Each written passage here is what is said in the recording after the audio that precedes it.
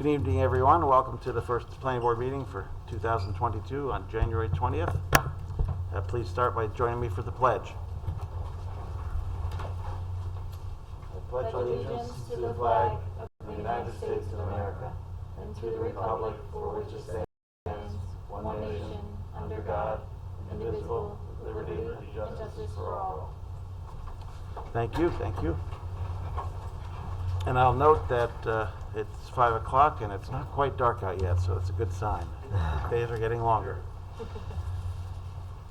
All right, first up, I have to do a roll call since we're doing a hybrid approach still. Peter? I see you on there, but you're muted. Here. Ben? Is Ben on yet? No. Nicole? Here. I know Rocco and Bob are out. Joan? Here. Okay. Let's see. Did we see Ben come on? Here. Oh, okay, great. All right, we have 5 members present. We have a quorum. So let's move forward. Thanks, Ben. Tonight's meeting has been convened in accordance with the Chapter 417 of Laws of 2021, which suspends certain provisions of the Open Meetings Law to allow a municipal board to convene a meeting via video conferencing. In accordance with the law, the public has been provided with the ability to view and participate in tonight's meeting by computer, smartphone, or telephone, and to view the meeting on the usual cable television channels. The recording of the meeting will be posted on town website, and a written transcript of the meeting will be prepared and provided at a later date. There's been a roll call of board members, and there's a quorum present for this meeting. And I've also confirmed with the secretary that this meeting has been duly noticed, and we have fulfilled our legal notice requirements by posting a copy of the notice of the meeting on the town's webpage and on the town's bulletin board. We have emailed the copy of the notice to the media, and we have confirmation that the legal notices for public hearings have been properly published tonight. All right, first up we have McDonald's on South Road. Who's here presenting for McDonald's? I am Mr. Chairman, Keith Brown. Hi, Keith. Brown Almond Polio. All right. Just for the record, 538 Broad Hollow Road, Suite 301 West, Melville, New York, 11747. Good evening, Mr. Chairman Whitehead and members of the Planning Board. Here this evening with respect to the site plan application by McDonald's Corporation to develop the new McDonald's restaurant at the Hudson Plaza Shopping Center located at 2585 South Road, also known as US Route 9 in Poughkeepsie, New York. With me this evening, I have several experts who are here to address any questions that the board may have. Principally, we have Alex LeMay of Bowler Engineering, our site civil project engineer. We have Mr. Patrick Blease, AIA from Core Stage Group. He's our project architect. Mr. Paul Going, PE from Atlantic Traffic Design, our project traffic engineer. And we also have Mr. William Weisgerber of McDonald's Corporation, who is the construction manager for this site, and is also available to answer any questions on behalf of McDonald's. Okay, great. Just to recap where we're at, as everyone is familiar, but just to refresh everyone's memory, the project is located at the unused portion of the parking lot in front of the Hudson Plaza Shopping Center on South Road. The site is located on the west side of South Road, in between Hudson Harbor Drive and Rivercrest Road. The Hudson Plaza Shopping Center has existed since the early 1970s, and its current tenants include Price Chopper, Town Bridal Shop, Hudson Plaza Wine and Spirits, along with an existing pad site building which was previously used as a bank. The McDonald's will be a standalone pad site with a side-by-side drive-through located across from the Price Chopper. The site was proposed, that McDonald's proposes an empty, underutilized parking lot. McDonald's intends to develop the site with a 4,587 square foot, 44 patron seat McDonald's restaurant with a side-by-side drive-through with related parking and signage improvements. As far as an update since the last hearing, the project was last heard by this board on November 20th of last year. In regard to the overall site plan, on December 24th, 2021, the applicant submitted updated site plans to address the town's comments from several agencies in the town. And as will be more explained by our project engineer, the following revisions have been incorporated into the site plan. The drive aisles around the building have increased to 20 feet. An EV charging station has been added. The proposed 90-degree parking space at the southeast corner of the lot has been removed. The design of the doors and the trellis have been revised based on comments from the board, and the trash enclosure will match the design and color of the McDonald's restaurant. We also note that McDonald's has been in continued discussions with its landlord about the cross-access easement agreement with the neighboring property owner, Mr. Langdon, who has been appeared the last couple of hearings. So we understand that the property owner, Mr. Langdon, are talking or will talk. We understand that our property owner has no objection to the proposed cross-access, and they are in the midst of trying to work that out, is my belief. Great. In addition, on January 19th, an application was filed with the Zoning Board of Appeals of the town of Poughkeepsie for variance relief for the various variances, the off-street parking, signage, and impervious surface. So with that, Mr. Chairman, I'd like to introduce Alex Lemay, who will go in more detail relative to the site plans, just to get everybody up to speed of where we're at with the project. Thank you very much. All right, thanks, Keith. Thank you, Keith. Thank you, members of the board and professionals. Keith hit the nail on the head with a lot of the big picture changes from a site plan perspective. I can share my screen just to demonstrate the site plan.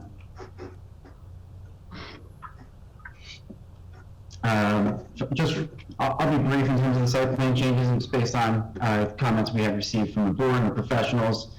One of the items was to increase the drive aisle width to 20 feet. One of the concerns of the board that some of the drive aisles being 18 feet, even though one way with angled parking might have been a little tight for cars backing out of some of the parking spaces. So around the building, we do have 20 feet drive aisle width currently now shown on the plans. Okay. We did remove the 2 parking spaces, one at the southeast corner, it was the 90-degree parking space in the southeast corner of the property, and then also at the northeast corner, closest to the interconnection with the bank, we removed that parking space as well, based on a concern from the board. And then one item that was discussed with the town sewer department, just some modifications to the layout of the pump station and adding a fence around the pump station and a generator as well. Those are the kind of big picture changes from a site plan perspective. We also submitted with our resubmission an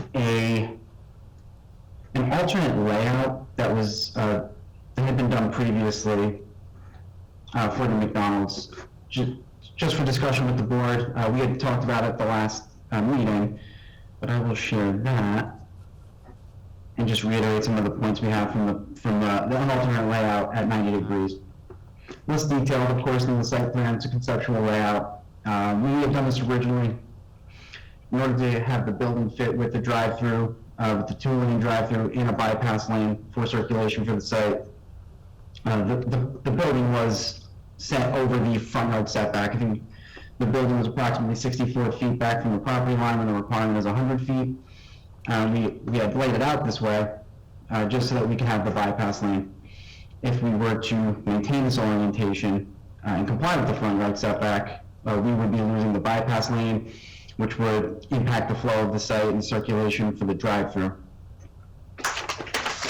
Another point just to mention with this layout, that the far north parking row, we're just creating additional crossings with vehicular paths for people for patrons in the parking row to the north to kind of get to the building. And then from a circulation and flow standpoint, which I had mentioned previously, customers coming in to use the drive-through will come in, they will circulate all the way around the building to enter the drive-through, and then when they exit, they will have to essentially circulate the building, when they exit the drive-through, I should say, they will circulate the site and the building again in order to exit back into the shopping center drive aisle. So I know the board was interested in just kind of seeing what this layout would look like, and from a rotation, from a 90-degree rotation perspective, to have the store front facade along Route 9. So I just wanted to show that to the board and kind of walk through what we had stated previously from an orientation perspective. All right. And then Keith had mentioned it as well, just in terms of the building elevations and a change to the trellises. I will share the black and white elevations that were also submitted. We did modify, the project architect did modify, they extended the canopy over these two service doors, and there was a third service door here that was then moved to the rear of the building. So I just wanted to point that out to the board as well, so they're aware.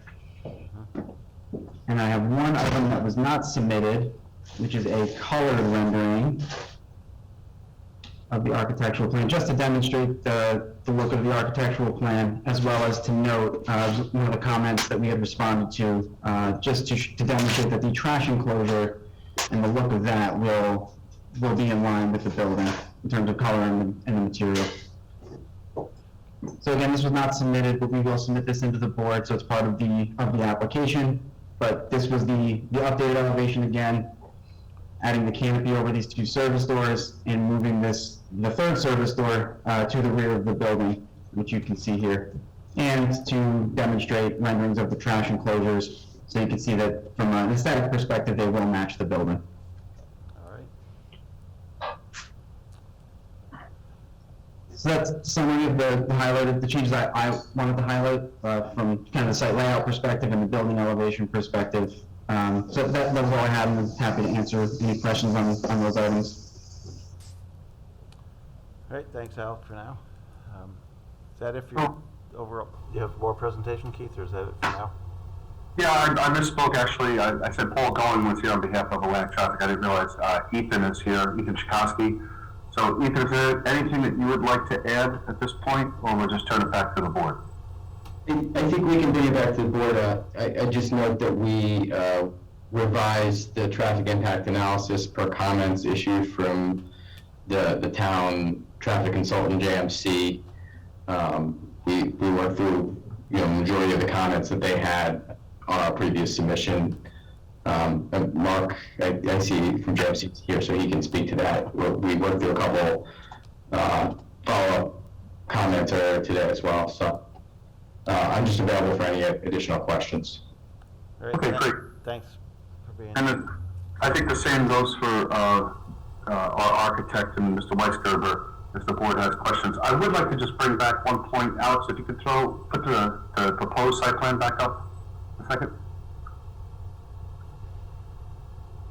There was a request made by the board to tie in sidewalks from outside our lease area along, or maybe the aerial might be better, Alex, sorry, to the Price Chopper supermarket. And the problem with that is, number one, it's outside of our lease area. We have no control of that area. And then it kind of impacts the snow storage and many other things on the site that we raised with the property owner, and they're not inclined to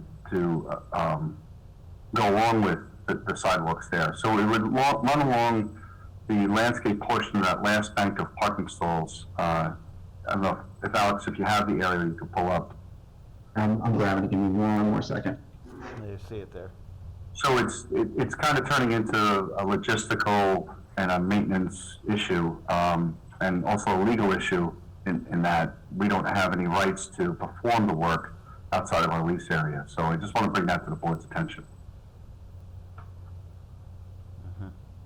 As far as the other things, I did say at the outset that there is ongoing discussions between the northern adjacent property owner with our property owner relative to tying in his development with the plaza. But this other issue is Alex has his cursor just about on that area, and it runs to, I believe, to the west. Up that there's trees in there, there's landscaping, so it presents very much a logistical problem. And I'm not sure it's very needed at this point. I mean, we're just picturing, people parking for Stop and Shop, and after, and they want to come over there to get something to eat and don't want to move their cars, so. All right, thanks for that. We'll move forward with Kristen's comments from the planning department. Great, thank you. Okay, so thank you to the project team for the overview. It's on for seeker review, waterfront consistency review, site plan review, and architectural review. This evening, staff asked that the planning board discuss the application and consider a seeker adoption for an unlisted action. There is a negative declaration prepared in your packet for your review and discussion. Staff, at this point, we've worked through numerous comments, and the applicant actually met with staff, not only planning, but a number of the departments after the applicant's last appearance before the planning board, as they mentioned. And there were a significant number of circulation comments and questions that were discussed, as were engineering comments and questions and concerns, and sewer-related comments, questions, concerns. So I think we've actually come a long way. To the point of the applicant, the sidewalk inclusion from Route 9 into the site, I think, is actually a big win for the application. Personally, from a planning perspective, additionally, just the knowledge of the applicant working with the property owner to the north, knowing that conversation is ongoing, I think is an incredible asset for the project as they move along. So at this point, staff is recommending the board, well, first of all, it's on for public hearing, but the staff is recommending that the board open the public hearing, adjourn the public hearing, as the applicant does have to go and go before the ZBA for their review, adopt a seeker resolution if they're so inclined and ready to do so, provide a determination for consistency for the waterfront consistency review, and defer action with comments. If the board felt that there was more work to be done, there is also the option for an open adjournment and deferral as well. And then I don't, I'll just pass the baton on to Mark Petraro about the remaining parking and possible traffic data that was required. And also Andy learns on to discuss any further engineering comments. All right, thanks, Kristen. Yep, they do have to go to the ZBA for quite a few variances. The only other additional comment I have, and it was flagged in Mark's comments from JMC, the applicant should confirm the number of parking spaces for which they're seeking their variance for. There was a discrepancy that still remains since the November submission, so we just want to make sure those numbers are correct. This way you don't have to double up and end up having to go back to correct something. All right, thanks. We go to Mark then. Let's see what you got for your traffic comments. Good evening, members of the board and chairman. This is Mark Petro from JMC. We did prepare a review memo on the latest submission from the applicant. As Kristen had stated, we did mention about the confirmation of the spaces, so I won't discuss that. But as far as the traffic impact analysis, we did note there was an increase in projected queues for one particular movement at the southbound through along Route 9 at its intersection with the site egress driveway when you compare no build to build conditions. And just was looking for the applicant to maybe consider some mitigation there. When you look at it, it's approximately a 2-vehicle increase, so I think it's something that could be mitigated by simply just retiming, but again, that would be subject to DOT approval and during the review process and working with the state in that permit aspect. And then we did ask for the accident data to be provided. They're still waiting on accident data to be provided from the DOT, so that is just a lingering comment. There was some clarity and coordination comments that we had related to parking.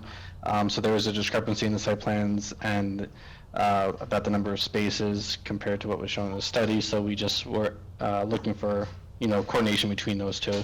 And then in the projected parking demand, there was a misrepresentation in one of the tables, but the appendix of the study showed it correctly. So we just were showing those updated projections in there, and that was what was included in our review letter that we provided to the board. All right, thanks, Mark.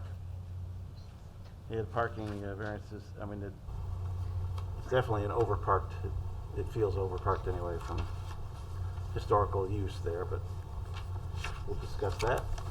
Yep. All right, Andy, what say you on, we gotta hook into Good this? good evening, everyone. This is Andy Lerner with CPO, Engineers of Town.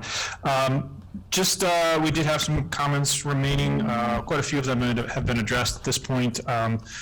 First and foremost, the County Health Department approval of the pump station on site, as well as the one for the plaza, will need to be reviewed and approved by the County Health Department. We're also still looking for an engineer's report on both of those pump stations. Also, one new comment that we've added is that with the installation of drainage piping and the force main for the on-site pump station, we're looking for a maintenance and protection of traffic plan to be prepared to protect the public and the plaza users for that work outside the lease area.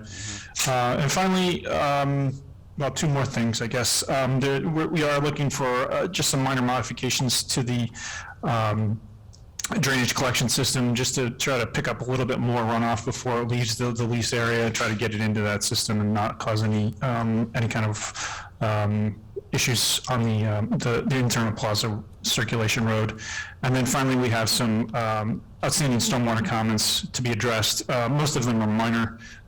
Shouldn't be an issue to get those resolved, and shouldn't be an issue for the seeker determination. Okay, That's great. all I have. That's good to know. Thanks, Andy. Sure. All right, this is on for a public hearing, so I move we open a public hearing for this project. Second. Moved and seconded. Called the question. All those in favor? Aye. Aye. Motion passes 5-0. Is there anyone in the audience who wishes to comment on this McDonald's application? On Zoom, you can raise your hand or *6 to unmute if you're on a phone.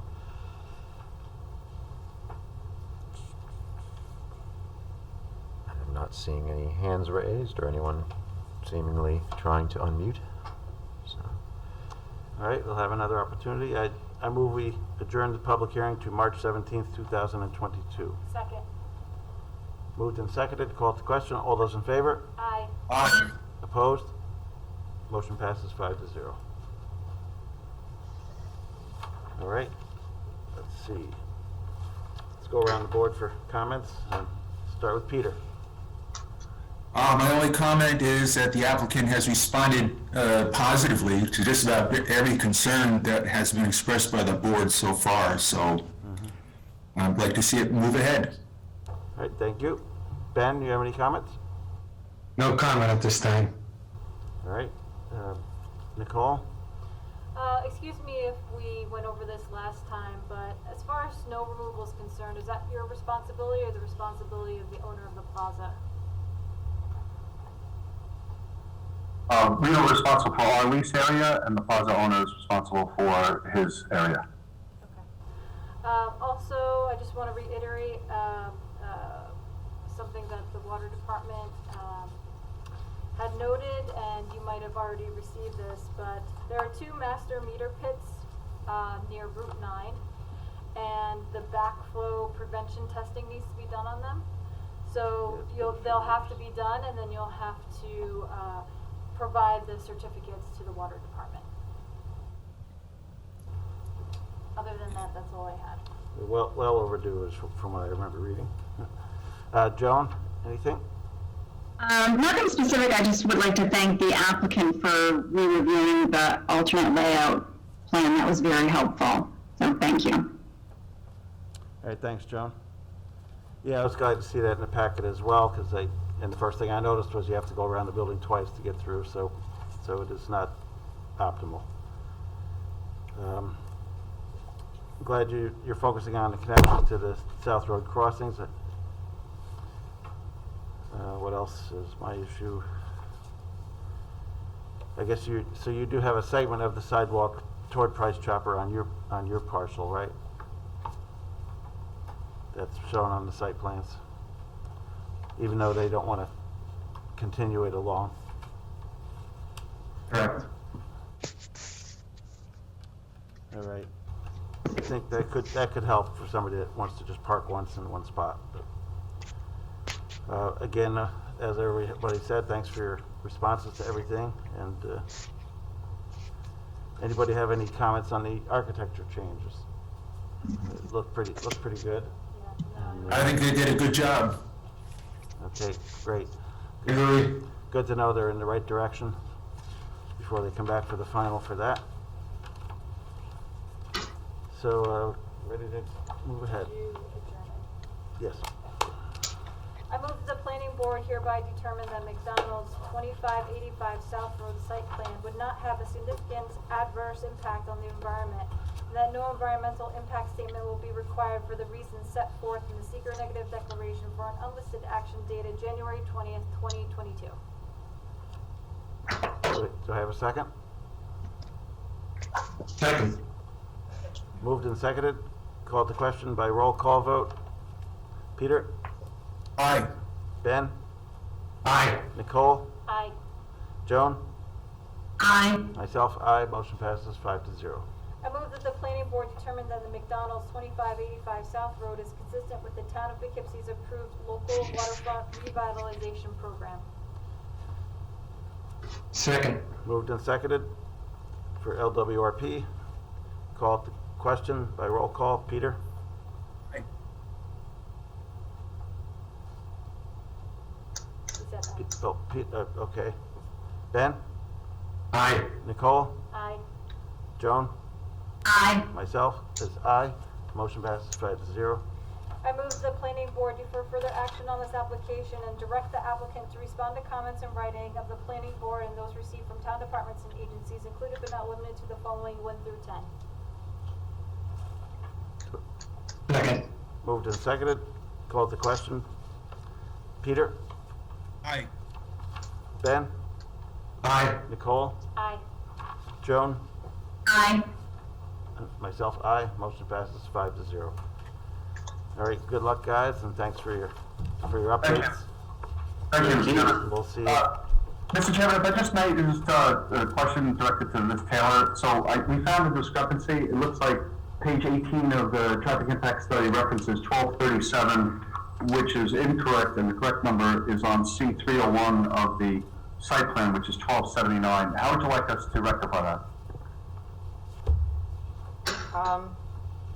Well, I just want to make sure that the zoning administrator has the correct numbers, that's all, because you've already made your application, so let's just confirm with her before your actual ZBA appearance. We can do that offline, too. I believe that's correct. The 1279 is what's shown on the ZBA materials. Okay. Very good. Thank you, Ms. Cobb. Thank you, everyone. Have a good evening. Thank you. All right, you too. Take care. Thank you. All right. All right. Next up is Vassar Faculty Housing, Faculty Apartments. All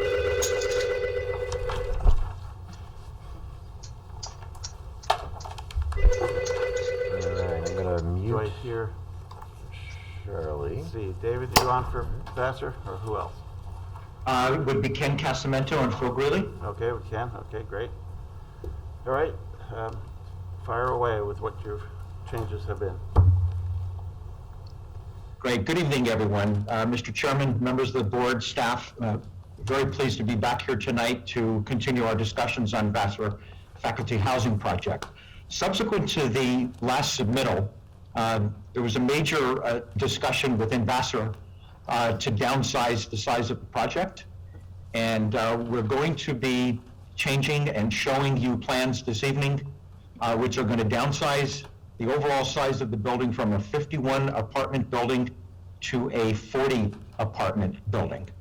It does have significant changes with the site plan, obviously the size of the building, the massing of the building, and I'd like to make a presentation. Can I share screen, Mike? Yep, go ahead, Dave. Sounds good.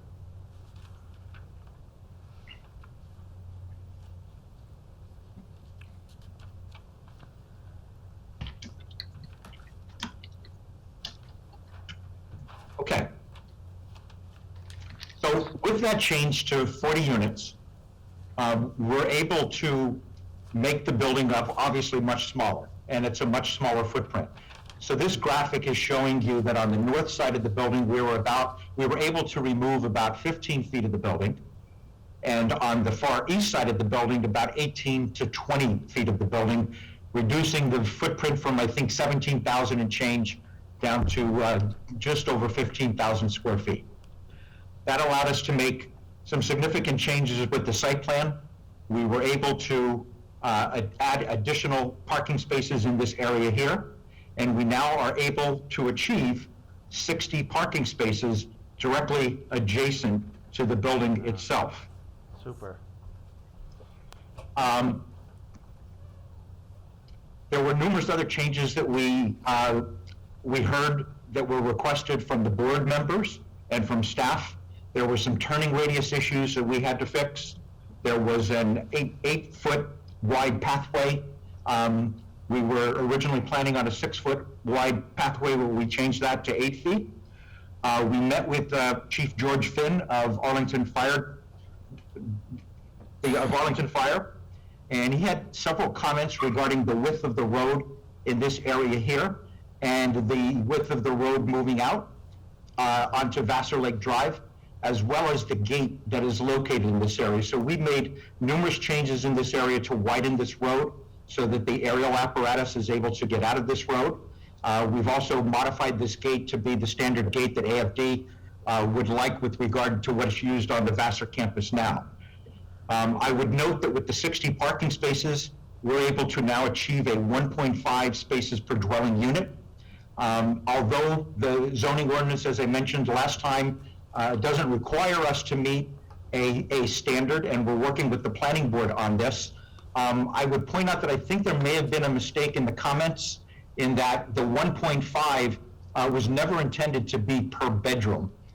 There's no requirement for that in the code, certainly something that we would never be able to meet, and what it would be just a way too much parking. So what we're trying to achieve is 1.5 spaces per dwelling unit. There's 40 apartments, so we're at 60.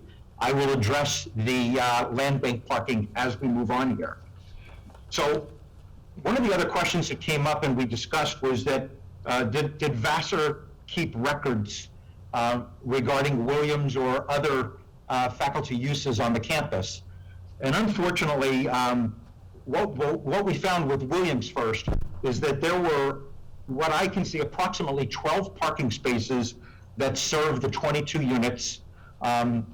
Certainly faculty probably parked on College Avenue, up at the Alumni House, and maybe elsewhere on campus.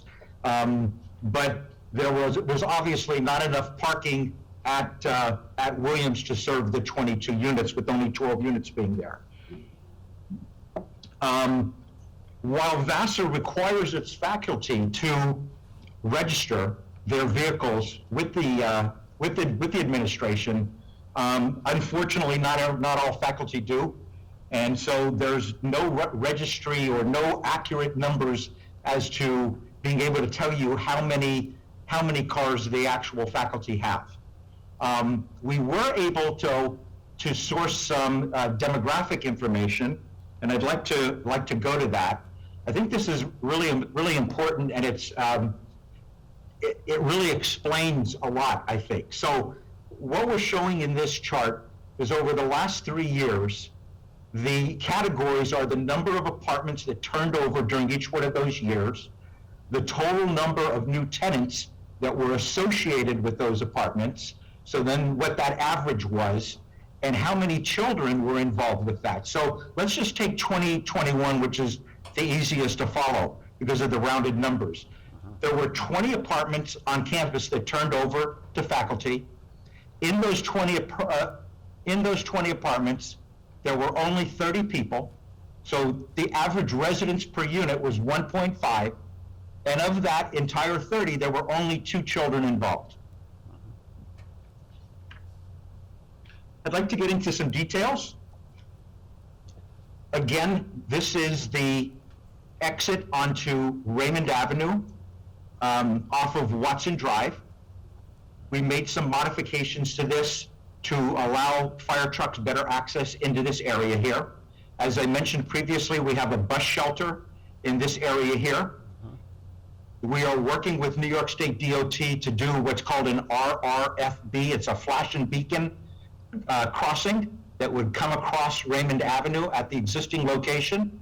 The pathway, as you can see, continues and feeds right directly into the crosswalk. One of the things we're discussing with DOT is the potential for what they call a refuge area in this area. And that would be some sort of a mountable curb or something like that that doesn't just have striping now, so that a pedestrian crossing that doesn't quite make it on time or a car tries to go by, they have an area where they have an area of basically of refuge. One comment that has come out of county planning was to delete this sidewalk. We actually don't like that idea. We would prefer to keep it so the children have an area. I mean, the children aren't going to just sit in this area here when they're waiting for buses. They're going to be out on the sidewalk. They're going to be in this area here. And we think for pedestrians trying to gain access directly to the crosswalk, it's a better idea just to have the two separate sidewalks in this area. Okay. Is that crosswalk then going to be similar to the one further north on Raymond Avenue, the mid-block? That is exactly correct. It would be identical to the one that's further north on Raymond. Okay, thanks. That's a good question, because moving to the other side of the project, we're working with DOT to do the exact same thing here. We would have from the sidewalk in the main entrance of the building here, you'd have a crosswalk across our driveway, a pathway leading to the edge of Hooker Avenue, a crosswalk across Hooker that would also be controlled by the flashing beacons. We are very hopeful, and we do think we'll obtain the approval of New York State DOT to install both of these crosswalks. Moving to the amenity area, or what I would call the green area, there's a couple of things that have been added based on the comments that have come out. Number one was your request that the pathway be widened, and so the entire pathway has been increased from 6 feet to 8 feet. There was a comment either from the town or from the county that they wanted to see an ADA accessibility, so that when people would get into this area, if somebody's in a wheelchair, they'd have access to get into the basketball court rather than having to have to ride across the lawn. Same thing into the playground area. So we've added these little areas of crosswalk to get into those areas. An important thing you're seeing here is that the dog park has been eliminated. We just decided that wasn't a good idea. Too many issues outstanding with it, so we've taken that out of the plan.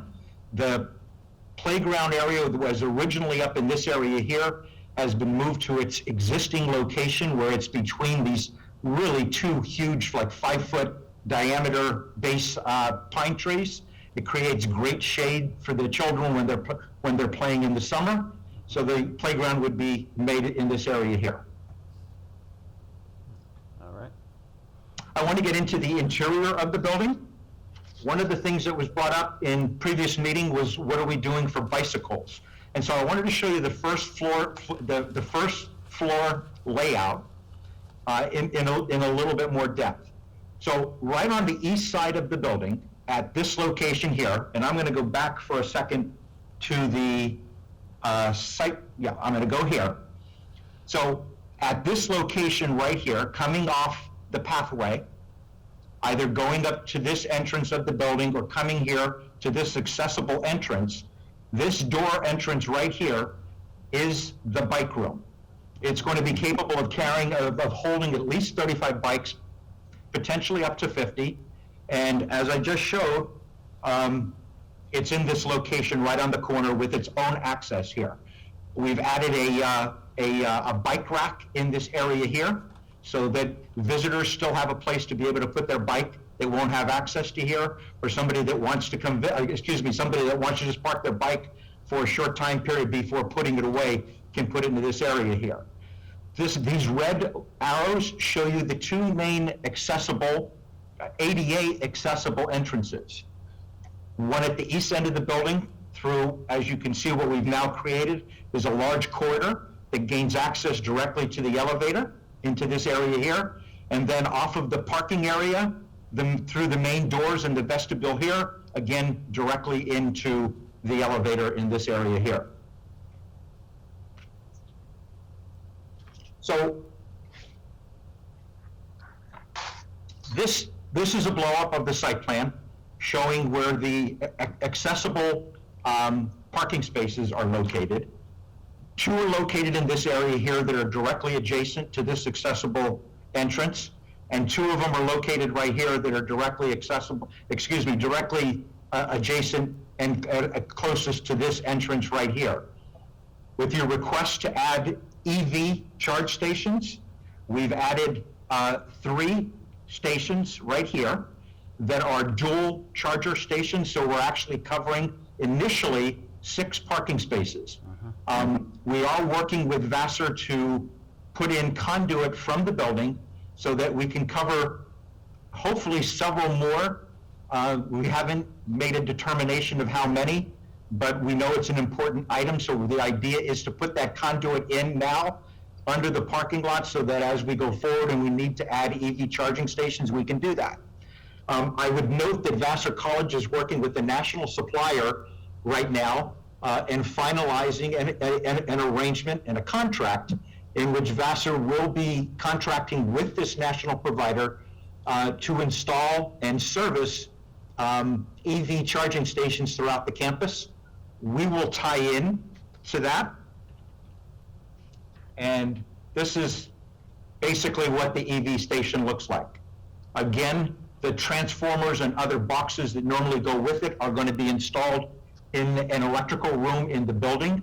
So we're hopeful to just have the actual EV charger station that's out by these parking spaces, and this is what it would look like. I mentioned land bank parking, and there was a request at the last meeting that we definitely have a site plan that shows where that land bank parking is going to go. So this is the end of our parking area in this area right here. These are the existing Watson buildings. And our original thought, or our thought at this point, was to provide 20 additional parking spaces, which would then get us to a 2-to-1 ratio. And they would be installed in this fashion with landscaping in front of it here. I saw that there were comments either from the town or from the county that there is some concern about these people parking in these spaces if this has to be built, and the potential for them to have issues with pulling out into Watson Road. So we are amenable to working with the board. I would say to you this evening that we could certainly do these parking spaces in a parallel manner. Obviously, it would take up a lot more distance. These 20 spaces would become, because they're 9 by 18, would virtually become 10, and we would have to add another 10 up into this area here, maybe moving them a little further to the north. But we would like to do a land banking parking arrangement with the town that would add an additional 20 parking spaces if it's needed. So one of the big things that I wanted to show you was the change to the architecture of the building given the downsizing of the building. It's made a major difference because in downsizing it and reallocating the number of units in 1 bedroom and 2 bedrooms especially, we were able to move all of the 1 bedroom units up to the very top floor. And so when you look at the elevations, this is a before, this is a 51 unit on the bottom, and this is the 40 unit on the top. So by moving all of the 1 bedrooms up to the top, we were able to reduce one entire large gabled area from this side of the building and to make these 2 much smaller than were previously here. So as you see, the building has a much more of a massing look of a 3-story building with gables that provide us from this side, because of the meadow hill, it looks more like a 2-story building basically with gables that are providing the 3rd story. If I go to the Hooker side, again, this was the previous design. You had 3 major dormer areas. This is the new design with 40 units. You have 2 smaller gable areas. And again, we feel this has made a major change to the massing look from Hooker Avenue, in that it's really a 3-story building with 2 smaller gabled ends that provide the 4th story that we need to be able to fit the 40 units in. I briefly want to touch on landscape design. We've been working with the landscape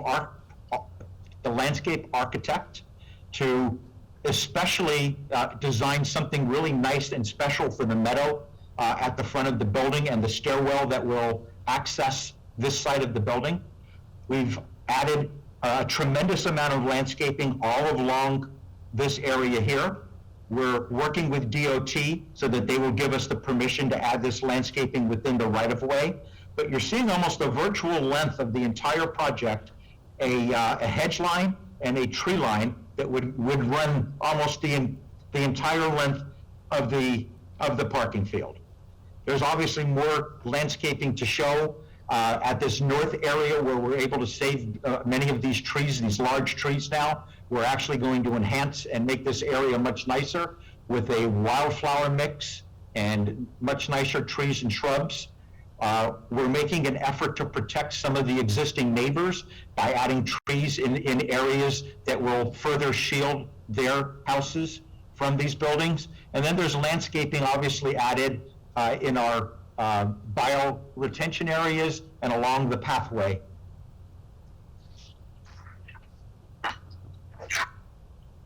I want to address several of the comments that were submitted by town staff, I assume, and county. And one of them was one major issue that was discussed a lot last time and is subject of what the county comments are, is access to the athletic fields. And so this is the overall campus map. And I want to remind everyone that this yellow cloud that I have here, this is where most of the students live on the Vassar campus. I mean, there are some in other locations, but this is the vast majority of them, in addition to the townhouse area here. This is the location of the existing crosswalk with the RFDs, and there is a really nice pathway that not only leads to the Vassar townhouses, but cuts off and comes directly over to the athletic fields. There was a suggestion in the town comments that potentially we could build a pathway somewhere from Vassar Lake Drive into this area here. We've got a number of problems with that. Number one, these are all leaseholds. Vassar doesn't have an ability to go back to these homeowners and to say to them, we want to build a pathway across your land, notwithstanding that Vassar owns the property, but we don't have an ability to go back now and say, we want to build a pathway. There was an error that they thought one of these lots was vacant. None of them are vacant. They're all occupied. These green areas that you're seeing here, especially in this area here, this is a deep swale, and it would really make building anything across this area very difficult, if not having to put in some sort of a small bridge in some of these areas because of the low-lying wetland areas in this area here. But then again, I'll show pictures here. Once you would get through all those trees, and I did it, I went and walked it, you're faced with an 8-foot fence all the way around the athletic fields. I mean, it goes all the way around. There's very few entrances in these areas here, and it's for a reason, in that as soon as you go through this gate in any of these areas, you're directly on the athletic fields. So to build a pathway that would, again, somehow come across here in these areas here and then have to go all the way around to match up here with all of the issues that we have, it's just impossible to do, and we respectfully would say to you, please, we'd really not like to consider that. In addition, I want to talk about the county suggestion. The county suggestion was that we put a new sidewalk in from Raymond Avenue all the way down to Brewer Lane. So we went out and measured this, and as you can see, if you add this up, it's almost 2,400 linear feet of distance between this area. This whole area is in the New York State Department of Transportation right-of-way, meaning the construction standards we would have to meet are the DOT standards. Every driveway we go through, we'd have to install new curbing at those driveways. We'd have to install a concrete apron that goes into each property from Hooker Avenue. I had a local site work contractor come out and do an estimate of what this sidewalk would cost, and it's in excess of $220,000, given all the work that has to be done. So we know that the New York State DOT, it's fairly public knowledge, are working on a plan to improve this intersection, the intersection of Raymond, Vassar Farm Road. I mean, the road that goes into Vassar Farm, as well as Hooker. And we think our current existing access route, where we're using this enhanced crosswalk here, and then coming down the Raymond Avenue in this area, and using the existing crosswalk that here, is far better than any of the suggestions that the county is coming with. We simply, don't think it's feasible to build a sidewalk at this length. Finally, the last item I have is we submitted a letter today from Richard Cantor regarding recreation fees. I don't think we need to get into the legalities.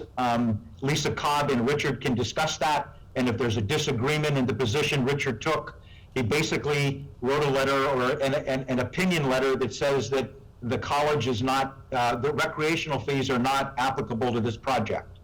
Regardless of the legal aspects of it, given what we're doing in this green area and how we're improving it, the recreational things that we're bringing to and building as a part of this project, we respectfully request the planning board to work with us to waive any recreational fees. That's it, Mr. Chairman. Thank you. All right, thanks for that overview, David. Start with Eric here. Sure. Department's point of view. So this application, it's on for seeker and site plan review and a public hearing tonight. It's advertised. The plans received for review had specified 51 units. The submittal that Dave just outlined, or the plans that David just outlined, have not yet been reviewed, although they do show quite a number of improvements related to comments in the review. So the ones that were reviewed show 51 apartment units with 81 bedrooms. The Dutchess County Planning Department did submit comments on that submittal, which are in your packet. We there were a number of items that in the planning department comments that were indicated in bold, which invited discussion by the planning board, in particular related to it, which I think are many of which are still relevant, of the parking multiplier with consideration of Dave's comments a few minutes ago, the architectural appearance and massing of the building, similarly, the internal pedestrian path, which Dave also discussed, and the demographics and parkland recreation fees, regardless of the legalities. The demographics may be of some interest to the board in helping to make that determination, subject to legal interpretation at a later date. There's, I think that's pretty much it. Great, And yeah, then there's Bob. also comments from Andy Learn. There's still quite a few comments which remain, given the remaining comments from engineering and from planning with review of the next submittal. We are recommending that the planning board open the public hearing tonight and then defer action on a seeker resolution. Perhaps that'll be ready for the next time around if there's sufficient information, and defer action on the application. All right, thanks, Eric. Start with Andy first. Sure, thank you. So we have, like Eric said, have a number of comments still to be addressed. I think based on what we've seen from David, I think that they're making progress, and I think reducing the size of the footprint will help a lot with, in particular with our SWIP comments, to help reduce the amount of impervious area. We do have, like I said, we do have some comments on the SWIP, and mostly technical in detail in terms of modeling the water and design of the practices. So we're recommending that we kind of just touch base with ORC and Ken's group to kind of iron out some of those questions that we have outlined in our memo. Let's see. We also had some questions about grading spot elevations, just to make sure that we are clear on accessibility, ADA accessibility, as well as drainage patterns to make sure water's flowing and not standing where it shouldn't be. We also had some questions about water and sewer layout. Make sure we have clearances where they need to be.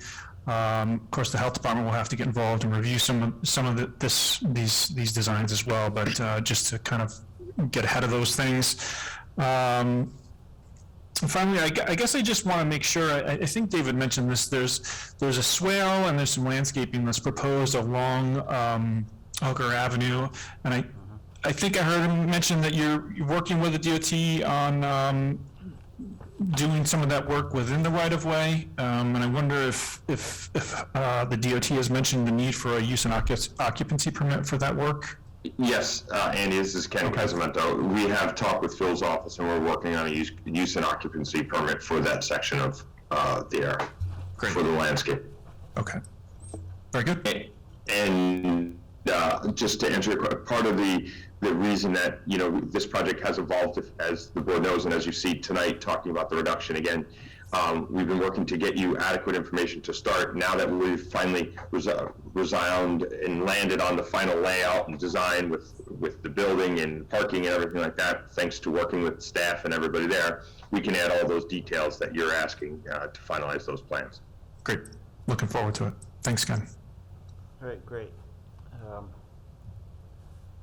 Yeah, big, all the plan changes look positive from what David presented. Let me look at Mark from a traffic parking point of view now. Yes, good evening, Mark Ochoa from JMC again. So we did do a review of the traffic impact study as well as the site plans for this project. The first couple comments on the traffic study are related to coordination issues between what's stated in the traffic study and what's shown on the site plans. And then the applicant's traffic consultant provided a breakdown qualitatively, for the roundabout over at Raymond Avenue and Fulton Avenues, mentioning how the development traffic would be less than 1% of the existing roundabout there. They also provided a revised analysis based on our previous comments, and based on our review of the study, it looks like there's one level of service degradation at the Vassar Lake Drive approach to its intersection with Raymond Avenue, which goes from a level service C to a level service D. Again, these comments are based on the larger 51-unit dwelling building there, so it could be possible that those delays are actually less with these lesser dwelling units there. I do believe it's of the understanding that the improvements that they're still showing, mentioning the traffic study, are still going to be applied to the lesser development. That was just a coordination thing, I believe, with the applicant. As far as the site plans, it looks like from the review of what was shown tonight, one of the comments relates to the pedestrian crossing pavement markings as the access to the Hooker Avenue sidewalk. It looks like that was shown in the plan, so that was one of my comments on the site plans. Then I have some comments as it relates to the height of the signage. That's just something technical to be updated on the details. I did have some comments as it relates to the parking demand, which was shared tonight in the presentation by the applicant. as well as talks of the land bank parking, which looks like they reduced what was previously shown as 40 down to 20 based on maybe my comment talking about the distance of walking from those spaces to the building. And then there was just a clarification issue as far as the width of that bike path, which appears to be 8 feet based on the presentation from the board tonight. So those are really the majority of my comments. So if there's any questions, I'm happy to discuss anything further. Hey, thanks, Mark. Yeah, it looks like a lot has been addressed by Mark and the new site plan. So we'll see where that goes with the next submittal. Yep. All right, this is on for a public hearing, so I move we open a public hearing for this project. Moved and seconded. Called to question. All those in favor? Aye. Aye. Any opposed? Motion passes 5-0. Is there anyone on the call tonight wish to comment on Vassar Faculty Apartments? If you're on the Zoom, you can unmute yourself or raise your hand. I see someone, Wilson, yeah, Adine Wilson. Go ahead. Hi, just let me put my video on here. There we go. Okay, my name is Adine Wilson. I'm going to read this so that I stay clear as I can be. I live at 27 Vassar Lake Drive, have lived in this house since 1970, have been at Vassar since 1965. My husband taught in the music department for 50 years. I graduated in the Vassar class of 1969. First, a quick comment. At the December Town Planning Board session, the developer said this project is being built on a 39-plus acre plot of land, while in actuality it's being built on a sliver of about 4 to 6 acres constrained on all 4 sides. The entire space is packed now with building and parking. The view from Hooker will be that. Vassar has 1,000 acres, yet is constructing a very large building, far larger than anything on Hooker, until one gets close to the more congested part of the city. Building it on a small space with 60 parking spots crammed along it. While this may not be of primary interest to this committee, as a Vassar alum and longtime resident of Vassar and Poughkeepsie, it is to me. Both Vassar and Hooker Avenue have a lovely atmosphere, and I would hate to see that spoiled. The main concern I bring to you is the safety of the traffic.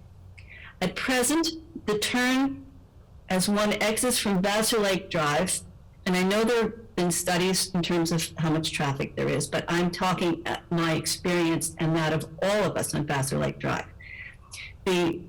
At present, the turn as one exits from Vassar Lake Drive onto Raymond Avenue is difficult, since the building of the roundabouts, which have been successful in many ways. There is a steady flow of traffic from Arlington along Raymond to Hooker. One waits patiently for the occasional break.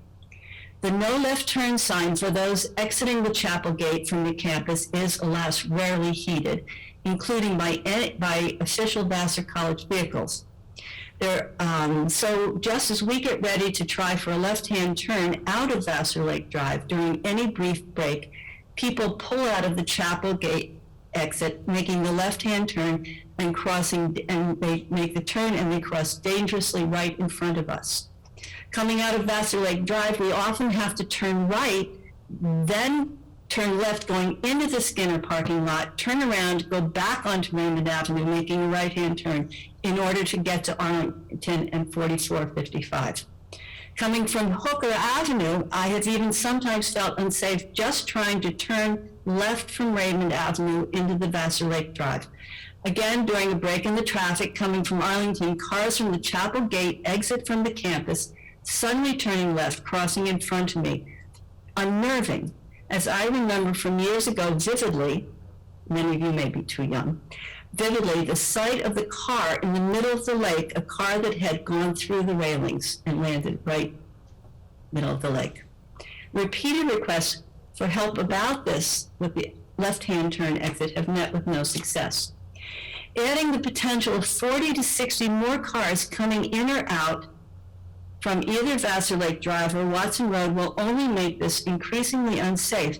And one must keep in mind that the left-hand turn from Watson to Raymond will be right at the site of the crosswalk.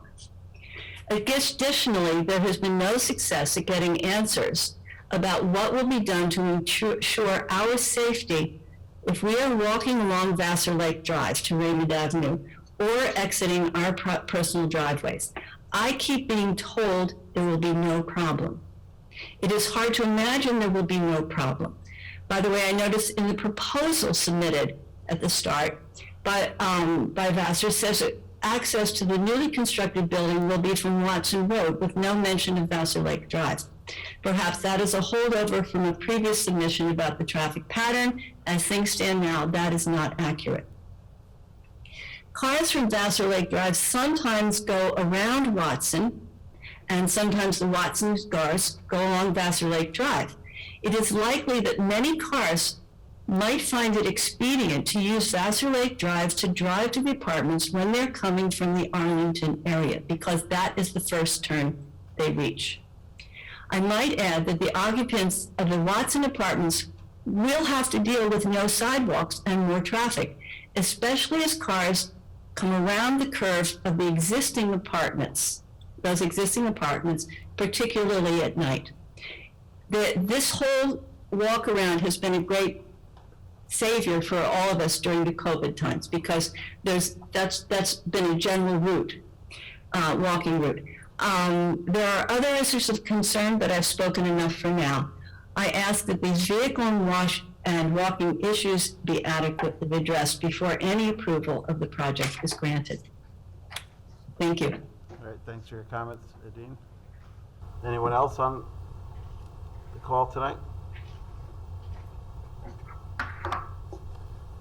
Again, there'll be another opportunity since we will be adjourning the hearing.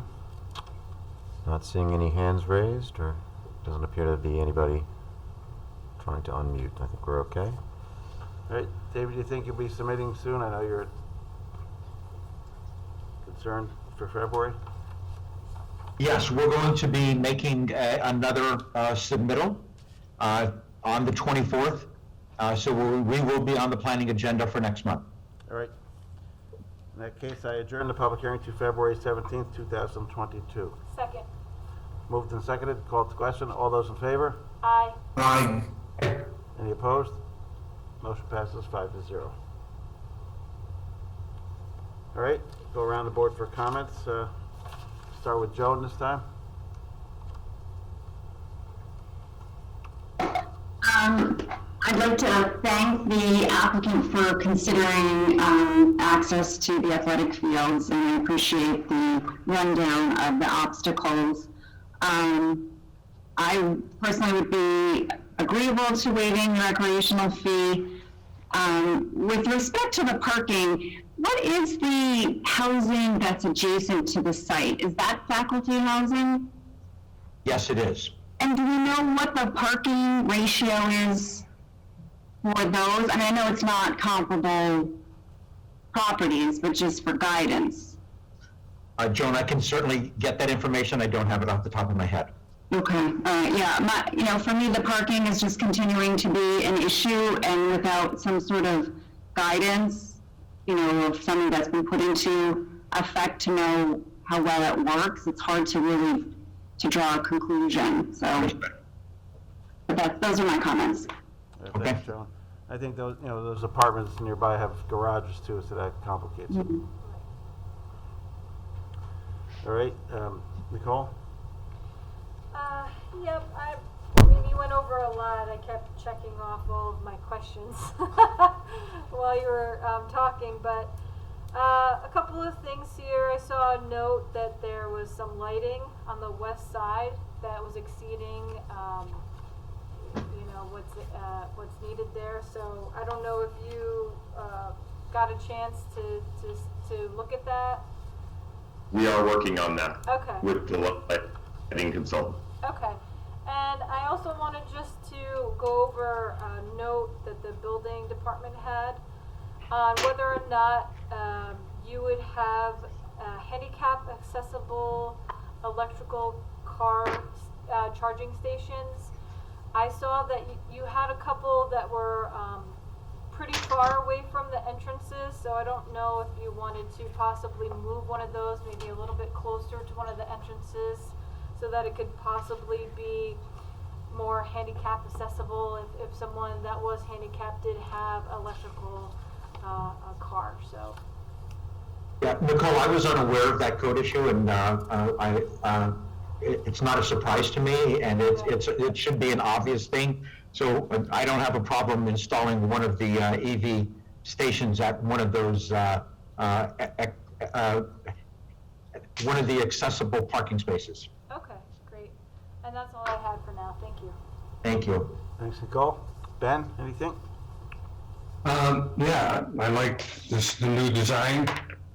A couple of things. The bicycle room will be secure or have cameras in there? Right, that's a good question, Ben. We haven't discussed camera, but the building will have a key fob system so that only occupants of the building will be able to get into the building. I assume the bike room will be on the same key fob, but I will discuss with if they put security systems in these buildings. I'm not aware of that. Okay. And on the main entrance, all those stairs, that's the only, everybody has to use the stairs. There's no ramp there at all, right? You just got to use the stairs? So let me share the screen again, and let me go back to that plan.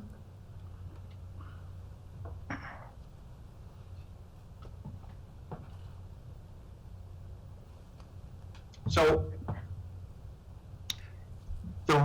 there is I'm going to call it, there's a method to our madness here. The reason we've put the pathway here, and I think Andy had a suggestion of moving the pathway over to align more with the stairwell here to come up. While this is certainly, a grand entrance and we're trying to make it look great from a view shed of looking from the campus this direction with this Meadow Hill in this area, folks that come across the pathway would have the option of either going up the stairwell or just coming around the corner here and coming in the accessible door on this side here. So, oops, I'm sorry. I don't know why I did that. So, we don't see this as an issue. Folks that don't, faculty that do not want to use this during the winter, and Vassar, by the way, has asked us to take a look if there's a heating mat system that we might be able to use up this stairwell, at least for the center pathway. So we are taking a look at that. But the idea is they'll have an at-ground, at-grade entrance that's, actually much closer than going up the stairwell right into the side of the building here. Okay, thank you. That's it. Okay, thanks, Ben. And Peter?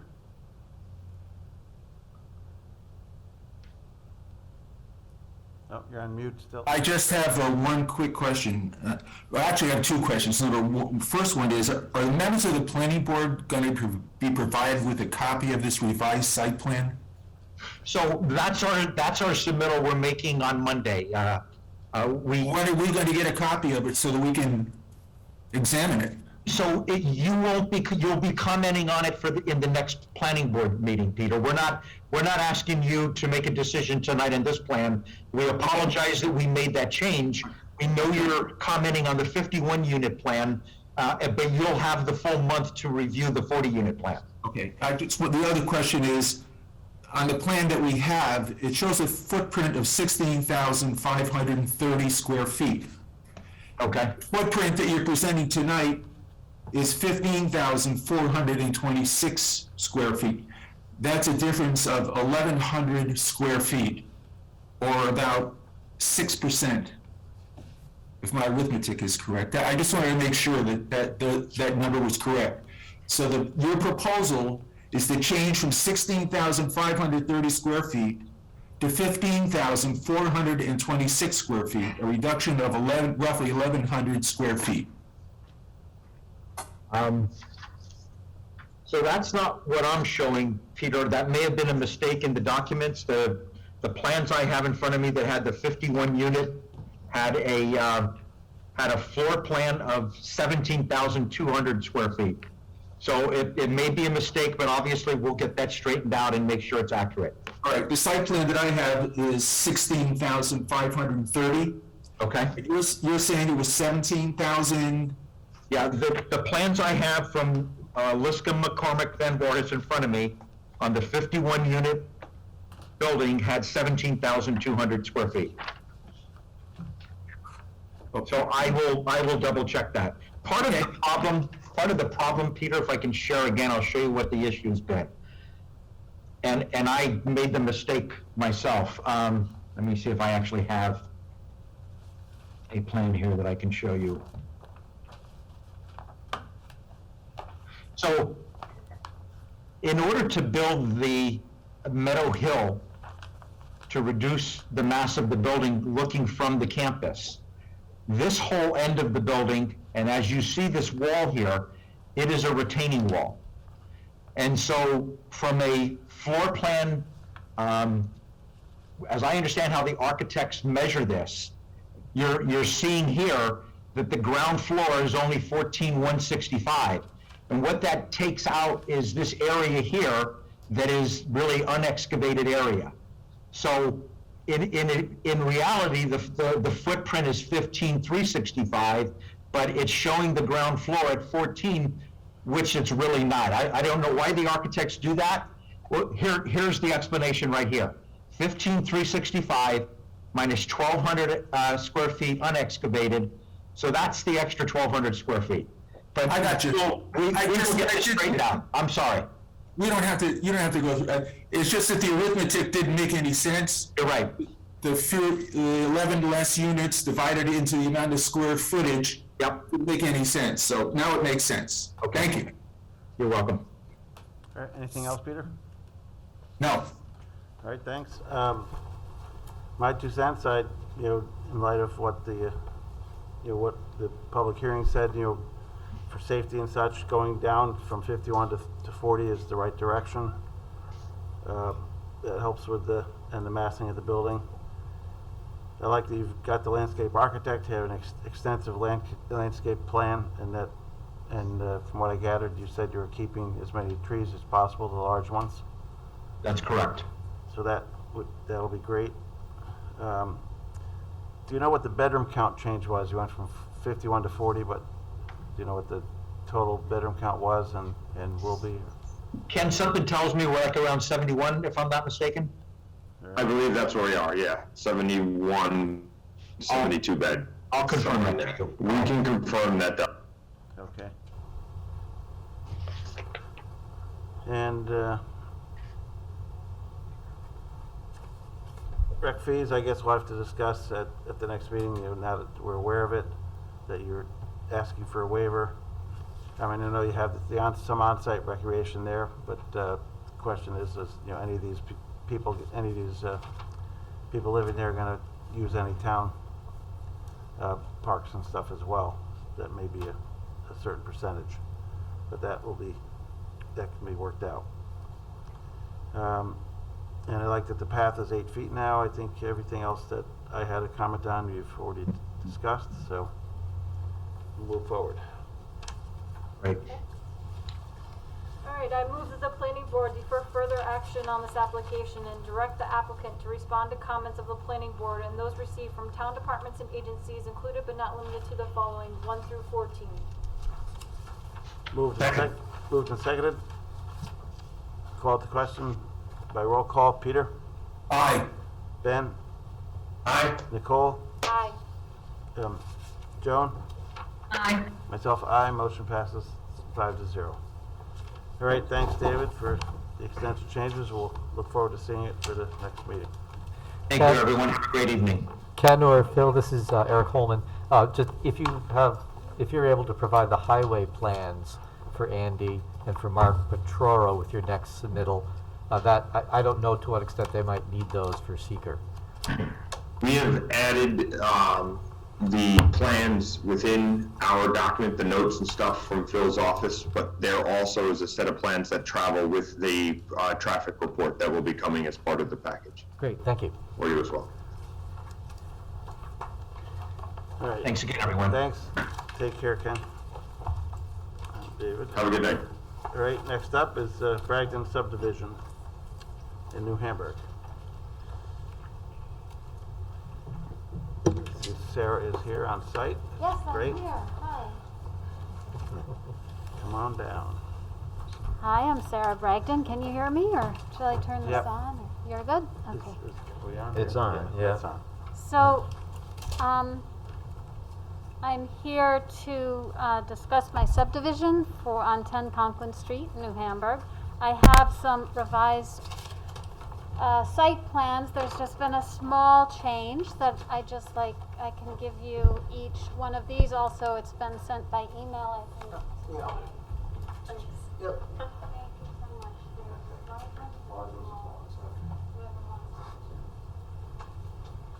Thank you. That's okay. I mean, I'll take whatever is left over. Yeah.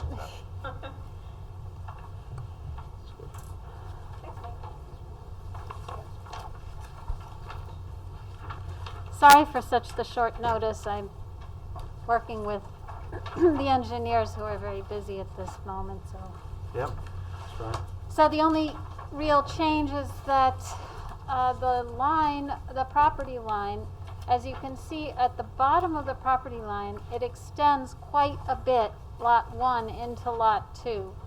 And so they've just straightened that line out at the bottom while trying not to interfere with anything having to do with the Board of Health and the septic, which is really determining where that line has to go. So it's just to straighten that line out a bit at the bottom of the property line at the south side. And it's a matter of 0.04 acres, so it's not a real significant change in terms of the total area of the new lot. It's still almost an acre. So that's really the only change. I'm back and forth with Jim Teed in the Department of Health. He's made a second round of comments, and then Derek Day has responded. So we're waiting to see what Jim Teed, whether he has more comments or not, and he's also waiting for your determination, so that's about it, really. All right. Thanks. Kristen, for department's comments. Yep. So the application's on for a public hearing this evening, and for seeker review, waterfront consistency review, and subdivision review for minor subdivision. Just to start out, I wanted to note to the board that the applicant did actually receive the requested area variances per the previously submitted plan. The applicant understands that they'll have to reappear at the ZBA for the adjustment to the line. We've already had that discussion. The application is on for an unlisted action and to an uncoordinated review, so the board does have before it a draft negative declaration in their packet for review and discussion and adoption if they choose. It will be on again for waterfront consistency review and minor subdivision review. So again, the applicant has noted that there are ongoing discussions with Department of Health. I know that those are actively underway. I don't want to, I'll let Andy comment further on any engineering related items.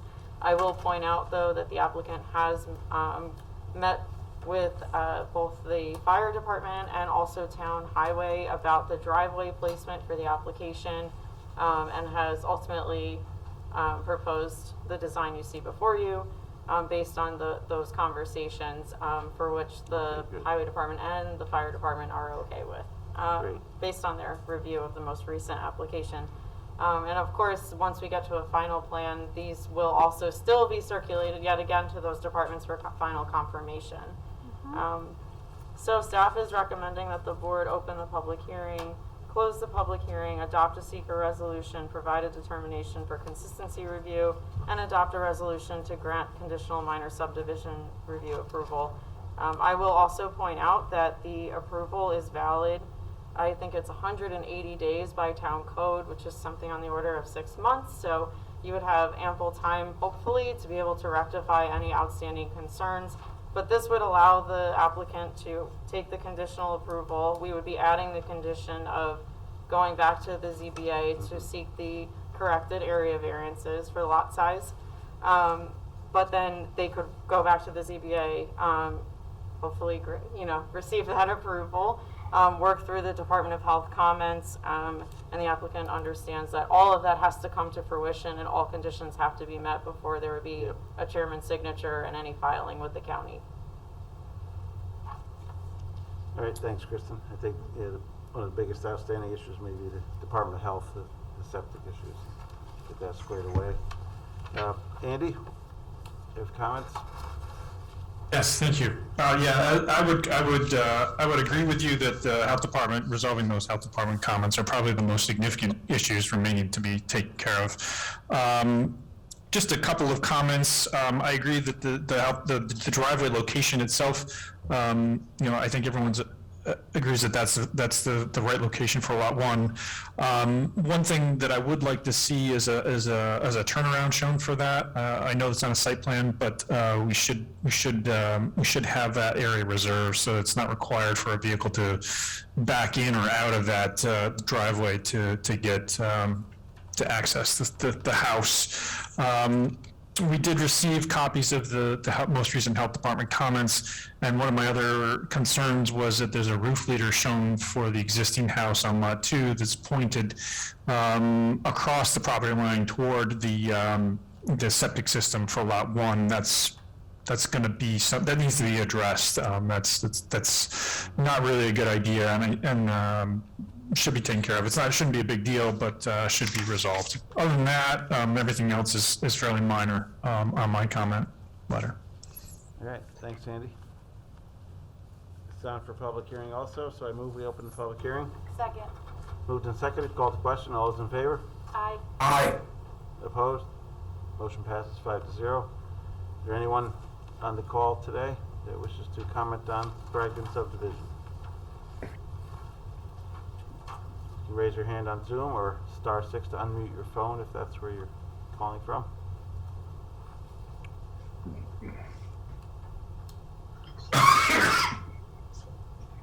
Scrolling through here. Scrolling through, I'm not seeing anybody who appears to be raising their hand, or we're okay. In that case, I move we close the public hearing. Second. Moved and seconded, called to question. All those in favor? Aye. Aye. Opposed? Aye. Any opposed? Motion passes 5-0. All right, let's go around the board for comments. Peter? I really don't have any comment other than giving Ms. Bragdon a lot of credit. Takes a lot of pressure to make a diamond, and God bless her. Oh. Good luck. Thank you. Thanks, Peter. Ben? Nothing, I have nothing. Nicole? My only concern, and maybe I'm off base here, but is anyone concerned with how close these two driveways are to each other? The highway department, I would say. I mean, they're one house apart. I mean, Mark approved it. So. Okay. All right. Yeah, that would be my only concern. Okay. They seem very close to each I other. mean, it's on the other side of the house here. Yeah, I know, it kind of loops around, right? That type of one, yeah. Yeah. Okay. All right. And Joan, anything? No, I have no comments. Looks like the variances we discussed and the conditional for the septic issues and others. So you're planning to just renovate the barn as a residence then? Yes, that's what I'm speaking with structural engineers to see if the foundation is stable, and then with builders and architects, and just seeing, the viability of the building will be a big determining factor here, and that has to be determined by a structural engineer. Some engineers say, oh, it's a takedown. Others say, oh, you can actually do something with this. But either way, if I need to take it down, I would keep some of the wood and try and make it feel and look like what it was. Same, I mean, yeah, that's my similar thing. intention. So. Maybe a deck overlooking? Yeah, and it's kind of a financial crunching concern. And, a lot of my neighbors really love this barn, and we all love it, but I really wish everybody would get a fund together and, so that we can all do this, because it's a lot for me to take this on for everyone. But I'm going to try. So thank you very much. And Well, good luck with it. We got to do some motions here. oh, sorry. I move the planning board determine that the proposed Bragdon minor subdivision, 10 Conklin Street application would not have a significant adverse impact on the environment for the reasons set forth in the secret negative declaration for an unlisted action dated January 20, 2022. Second. Moved and seconded. Called to question by roll call. Peter? Aye. Ben? Aye. Nicole? Aye. Joan? Aye. Myself, aye. Motion passes 5-0. I move the planning board determine that the Bragdon minor subdivision, 10 Conklin Street, is consistent with the town of Poughkeepsie's approved local waterfront revitalization program. Do I have a second? Second. Moved and seconded for LWRP. Called to question by roll call. Peter? Aye. Ben? Aye. Nicole? Aye. Joan? Aye. Myself, aye. Motion passes 5-0. Are we doing this tonight? Yep. I move the planning board grant conditional minor subdivision approval valid through July 19, 2022 for Bragdon subdivision subject to the following. Respond to comments of the planning board and those received from town departments and agencies, and said response to be reviewed by the planning department as to adequacy and completeness inclusive of but not limited to the following 1 through 8. Second. We'll just add 9 for the ZBA. And 9 Nine ZBA, yeah, go back to the ZBA. Who was the second, Ben? Yes. All right. Yep. Right, it's moved and seconded to grant conditional. Called to question by roll call. Peter? Aye. Ben? Aye. Nicole? Aye. Joan? Aye. Myself, aye. Motion passes 5-0. Good to go, so shouldn't have to come back to us, and good luck with the Okay, other well, boards. thank you all so much.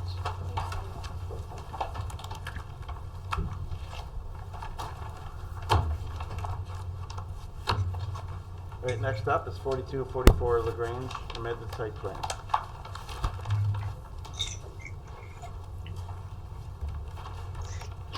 Who's here for that one? Okay, there you are. In the room.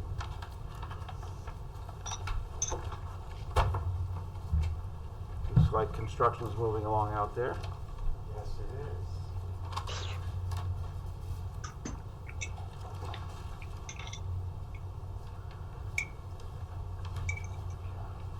Good evening, board members. John Sullivan, representing the applicant IMP Real Estate. Chris Hilardi, I believe, is here on Zoom. We're before you this evening to make an amendment to the previously approved building at 44 LaGrange Avenue.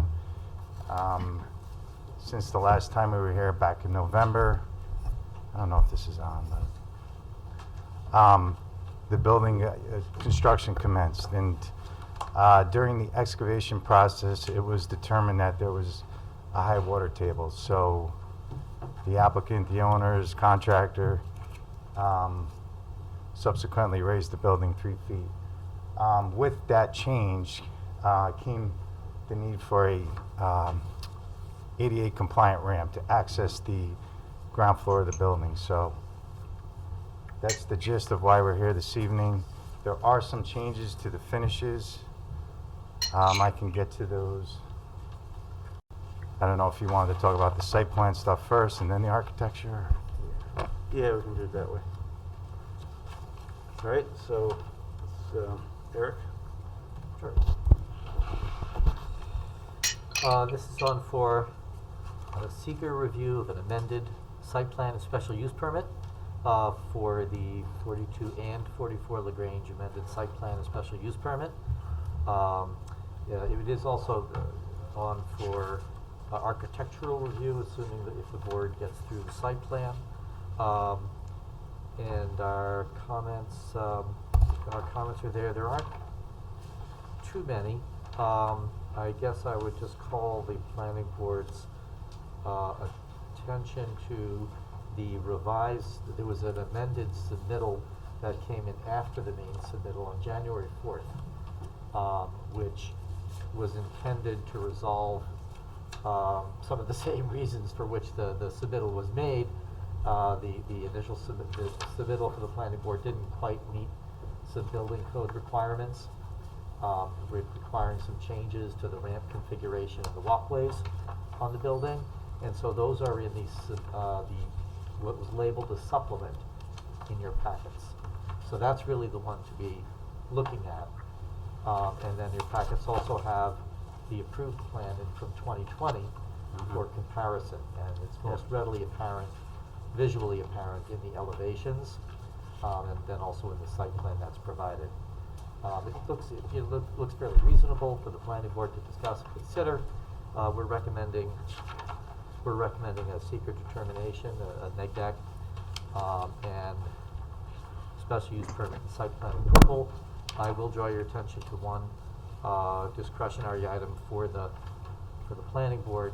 At the other day, the zoning administrator just yesterday identified additional variances required for the walkway by the supplementary submittal.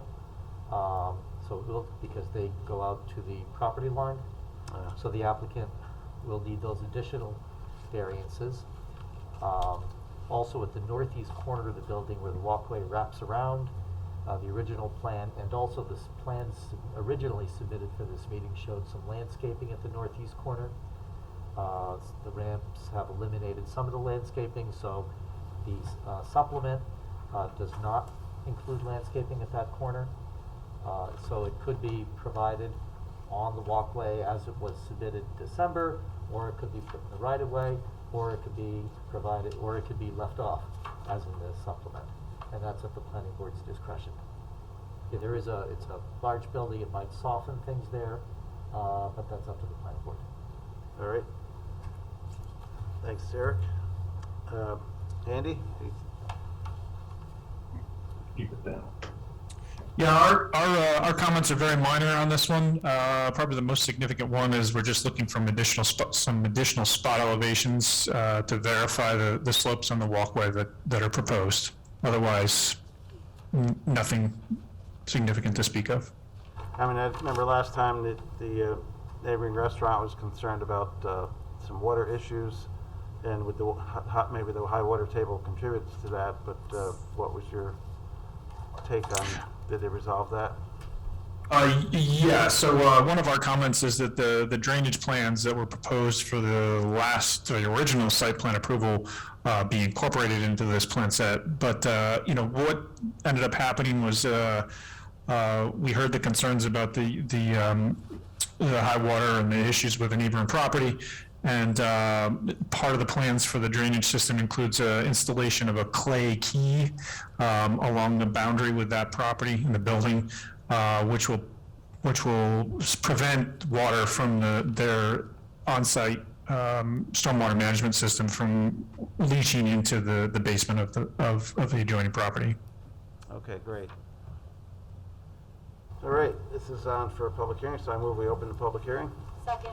Moved and seconded, called to question. All those in favor? Aye. Opposed? Motion passes 5-0. Is there anyone in the audience? Oh, yeah, I do have two signed up tonight, actually, that are present. So let me call them up. William Kistner. Come on up to the mic here. Well, Bob and I are here to come together. If that's Okay, yeah, John, if you wouldn't mind. Yeah, step back a minute.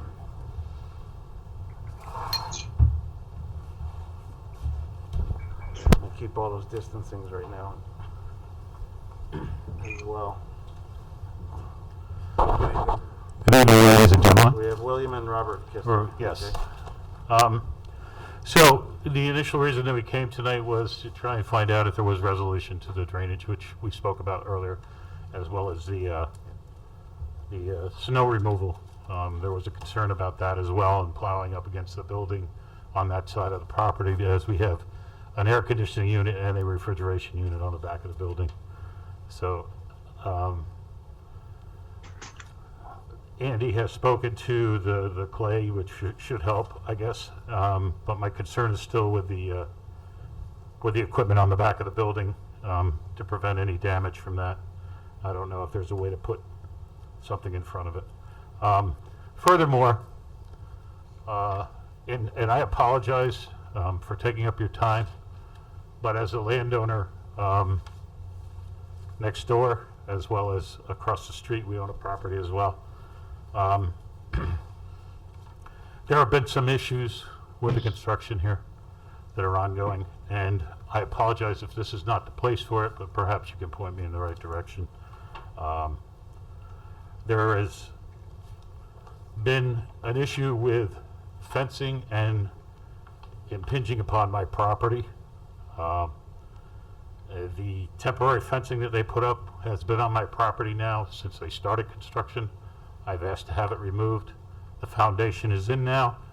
The fencing is still up on my property, and the foundation has been backfilled. I don't see any reason for it to be there. When they dug 4 feet, 3 to 4 feet onto my property, which I was not happy with. I was told that the town had approved it, which it's really not, I don't believe the town could give permission to dig on someone else's property. So there was a concern there as well. In doing that, they blocked the access to our basement doors, which are how we got our deliveries. Now, we had negotiated and discussed it with one of the property owners and asked, they were to provide us with an alternate method of accessing that basement door.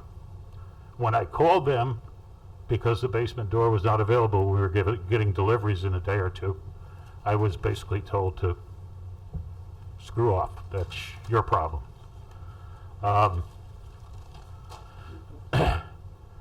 They have moved property. We had a grease dumpster where we put our grease in.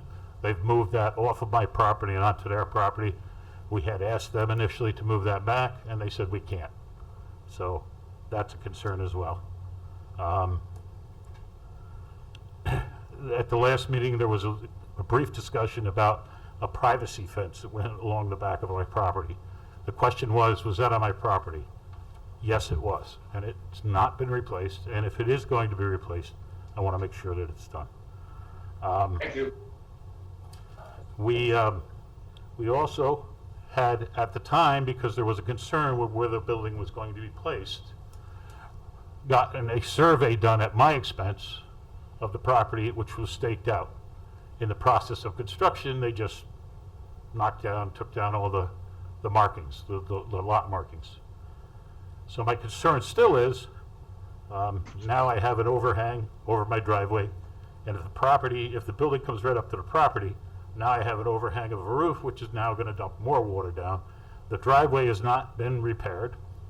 There are ruts in the driveway. I can get deliveries in now because the ground is frozen, but where they did the construction now, it's too soft to push a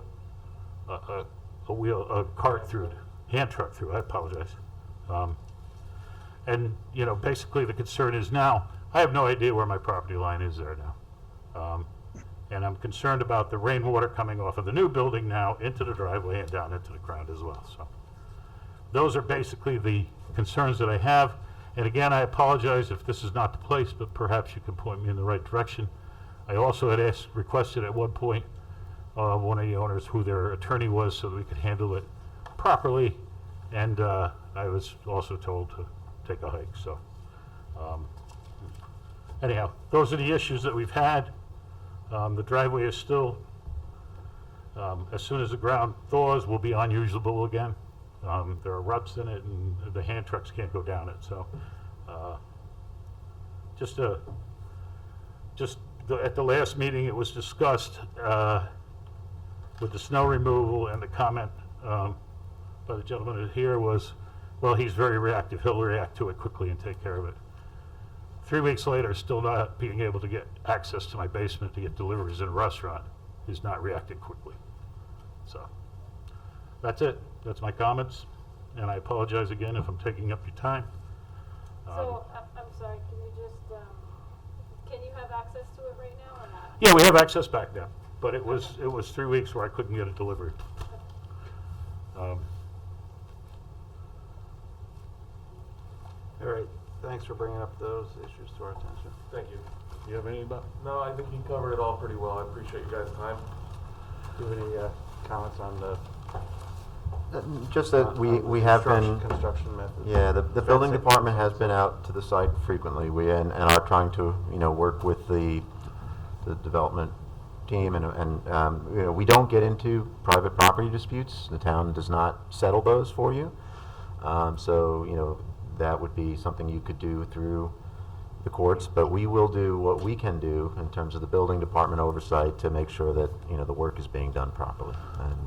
And if you have concerns, please reach out to the building department or to myself, and we can try to keep an eye on things as best we can. Right.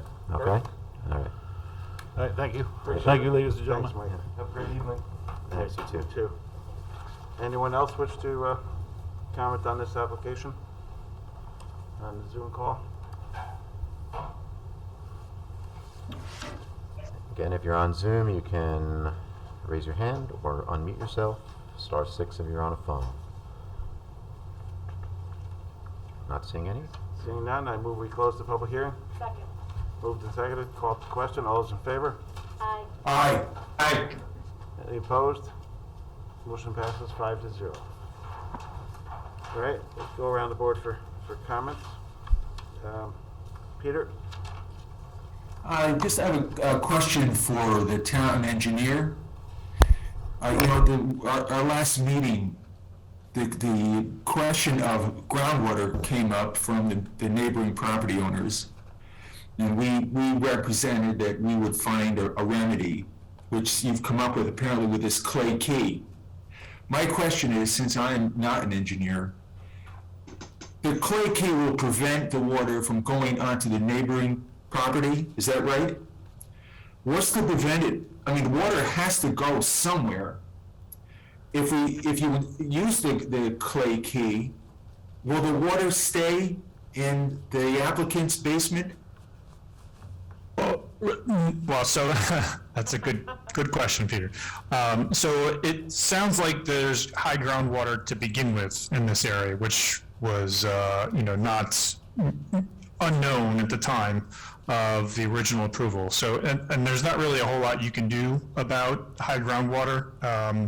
So the clay key would prevent the additional water from the parking lot from going across the property line into the basement, but it's not really possible to prevent the water once it's below the key from going wherever it needs to go following the... I'm asking as much for the benefit of the applicant as for the neighboring property owner.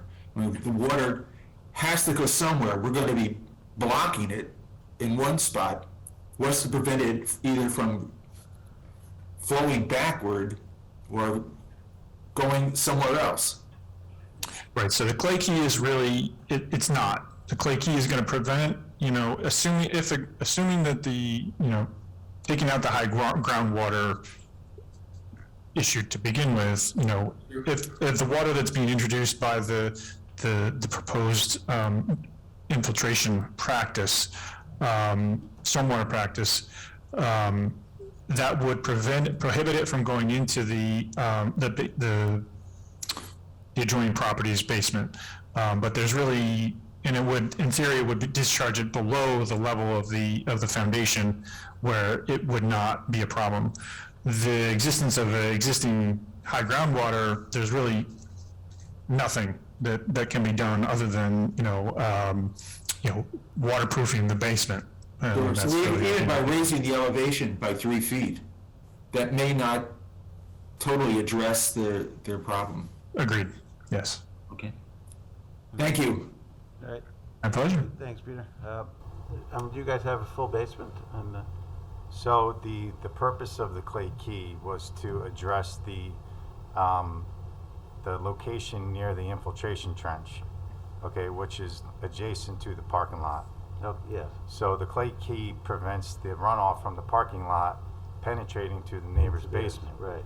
So the new construction, the new building really has no effect on that basement. It's a pretty good distance away.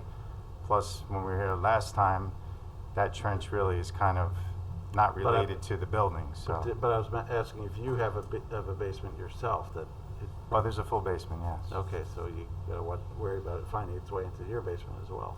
I think part of the high water table too is we had a lot of rain last year. So it's a pretty wet year to begin with, so. It sounds like there's some history of high water there too. All right. Joan, do you have anything? Just, I guess, with respect to landscaping on the northeast corner, is that something the applicant is considering? We did, so with the handicap ramp, it seemed like a nice feature to sort of wrap the corner. That was thrown in late, and we can certainly add the landscape back there. There's also, we did propose, which is on the latest drawings, landscaping on the opposite corner. So it certainly makes sense to soften the edges because it's so close to the corner.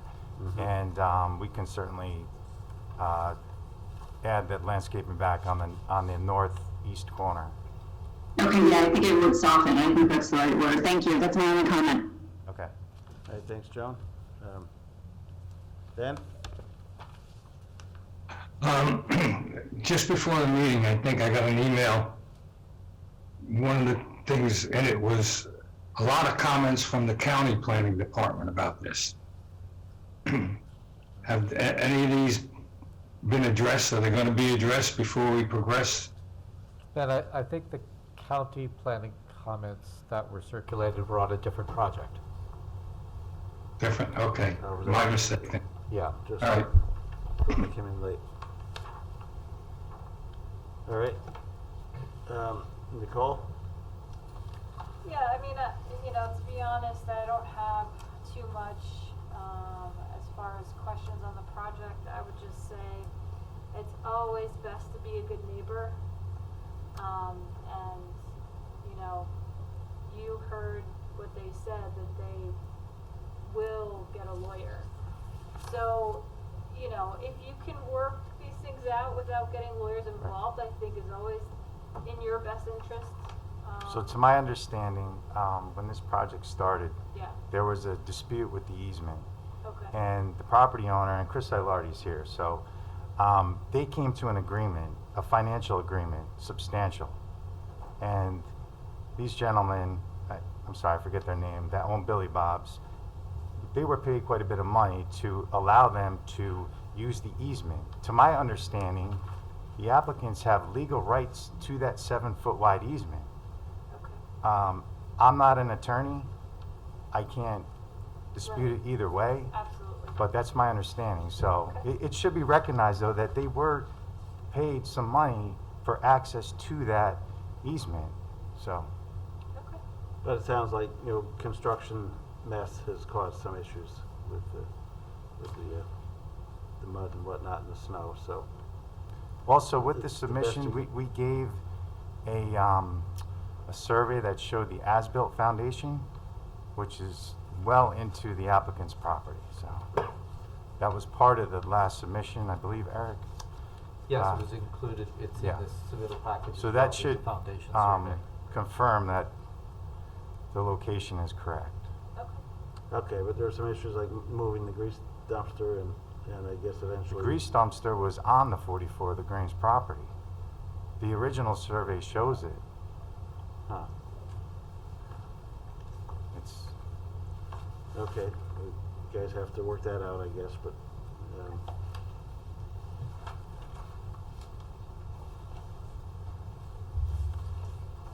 all right, anything else, Nicole? No, that's it. I guess, I'd also like to see the northeast corner landscaping again, and would that be like a pot on the deck or something, or would I you- think or we would can you do change something the- similar change with the the- boxwoods on that corner. There's a way to fit that. Yeah. Something. Yeah, we'll implement those back. The ramp took away a lot of landscaping along that side there. And unfortunately, that's what happened, but the more you can provide, the better for the environment. All right. Anything else? Okay. All right, I move that the planning board, as an involved agency undertaking an uncoordinated secret review, determine that the site plan and special use permit application for mixed-use development of 44 LaGrange Avenue and shared parking for 42 LaGrange Avenue will not have a significant adverse effect on the environment, and that no environmental impact statement will be required for reasons set forth in the secret negative declaration for an unlisted action dated January 20th, 2022. Second. Moved and seconded for seeker. Called to question by roll call. Peter? Aye. Ben? Aye. Nicole? Aye. Joan? Aye. Myself, aye. Motion passes 5-0. I move the planning board grant conditional amended special use permit and site plan approval for the application for mixed use development at 44 LaGrange Avenue and shared parking with 42 LaGrange Avenue, subject to the following. Respond to the comments of the planning board and those received from town departments and agencies. And said responses to be reviewed by the planning department as to adequacy and completeness, inclusive of, not limited to, 1 through 9E, conduct architectural review. Second. And I just want to add, in the landscaping comment that we discussed, the northeast corner landscape. Agree to that. And Also, I'll just one additional item, we would ask that the condition that all the plans be stamped by licensed professional. Yes. okay, you agree to that motion, in the motion? And second again, Ben? Second. All right. Called to question by roll call for conditional. Peter? Aye. Ben? Aye. Nicole? Aye. Joan? Aye. Myself, aye. Motion passes 5-0. Okay, now can you share the architecture? Certainly. The applicant, I just was informed yesterday, they made changes to the colors. There's a issue with availability in terms of material. So the siding will actually be an Arctic white, which these elevations represent. Here's a sample of it. It's the hardy board. Okay. And then this is an actual sample of the shingle. It's GAF, and it's called charcoal. This is actually the color here. This is the nailing flange, so this part is obviously concealed, but this is the actual shingle here. So that's a GAF charcoal color, and then the stone is it's called Buckeye, and this is sort of the profile of it. There's various sizes and pieces, but that's generally the look of it. And that'll be all along the ramp wall Correct, yes. and other areas. Okay. Anybody have any comments on the updated architecture? Dan, Peter? No. Any of you guys online? Joan? Sorry, I was muted. On the drawings I have in my packet, there's a section that has like a complementary color of siding. Is that no longer available then? Are you limited to just the off-white that you referenced? The profile of the siding is the same color, but it's a different look and a different shade, and the elevations do represent that, which is in the facade that faces Fairmont in one of the upper sort of dormer areas. Okay, so it's just representing shading? Correct. So Yeah, the profile to have a little more depth. So there is a second color there, you're saying? It's, to my knowledge, everything is going to be the Arctic white, but the siding is slightly different, and there are samples or an image in your drawing packet that shows the profile of the siding. Just that everything will It's a be different- white. It's okay, different than the regular long siding. It's a Correct. Yeah, it's not the clapboard siding. It's the sort of square stock. different look. So you're saying what appears like an alternate color and texture in the elevation is actually the same color as the rest of the siding? Correct, just a different yes. texture? Yes. Is that, okay. Same color with different texture. And are you still doing a standing seam metal roof on that? Yeah, and that will be a sort of a bronze color. We did add a awning on the LaGrange side to sort of break the facade above the, the sort of brick facade. But the siding is slightly different. And there are samples in your drawing packet that shows the profile of the siding. So just that everything will be white. Okay. Same color. Correct. Yeah, it's not the clapboard siding. It's the sort of above the windows that face the street there. It's basically 18 inches off the building, and it, you know, I think it's a nice feature.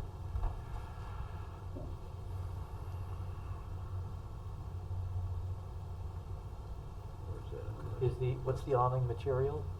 That'll be a standing seam metal. I unfortunately do not have a sample of that. I can provide one if needed. Yeah, I see the awning in the picture, so it looks good.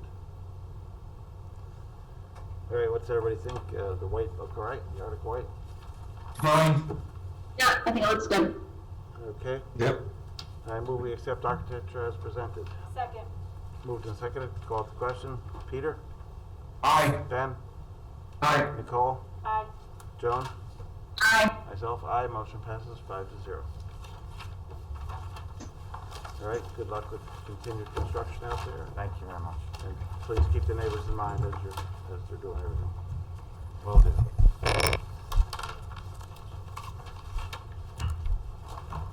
They have a business to run as well before yours is up.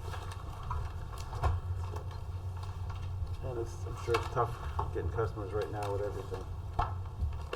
For everybody. Sure has. Thank you very much. All right. Next up is Poughkeepsie Plaza, South Road.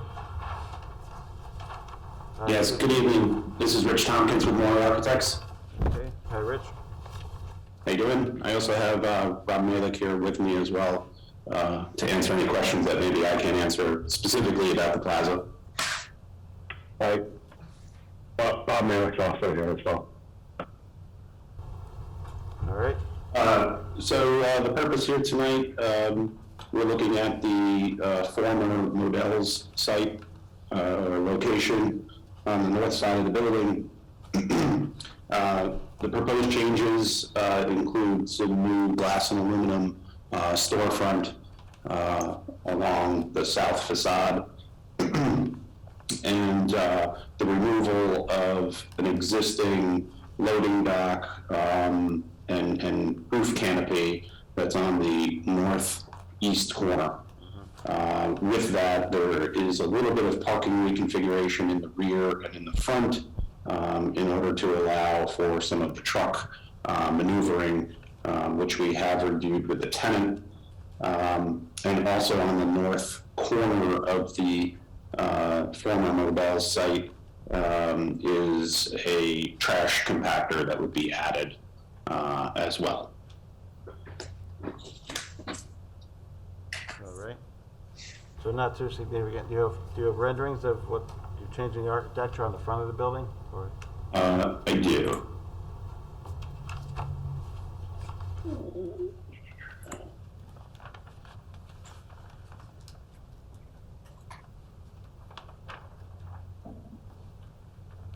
Are you able to see my screen there? Yes. Okay. So the majority of that Modell's is going to remain the same. All the EFIS, canopy, the masonry columns are all the same. Rich, we're seeing your list of files still. You might have to stop sharing and then reshare or something. Yep. We saw the screen, but you didn't get opened. Didn't get open. What's going on here? Let's see.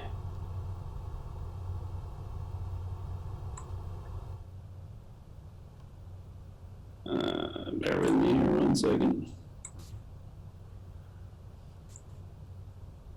There we go. How about now? Great. Yep, there we go. Okay. So here we go.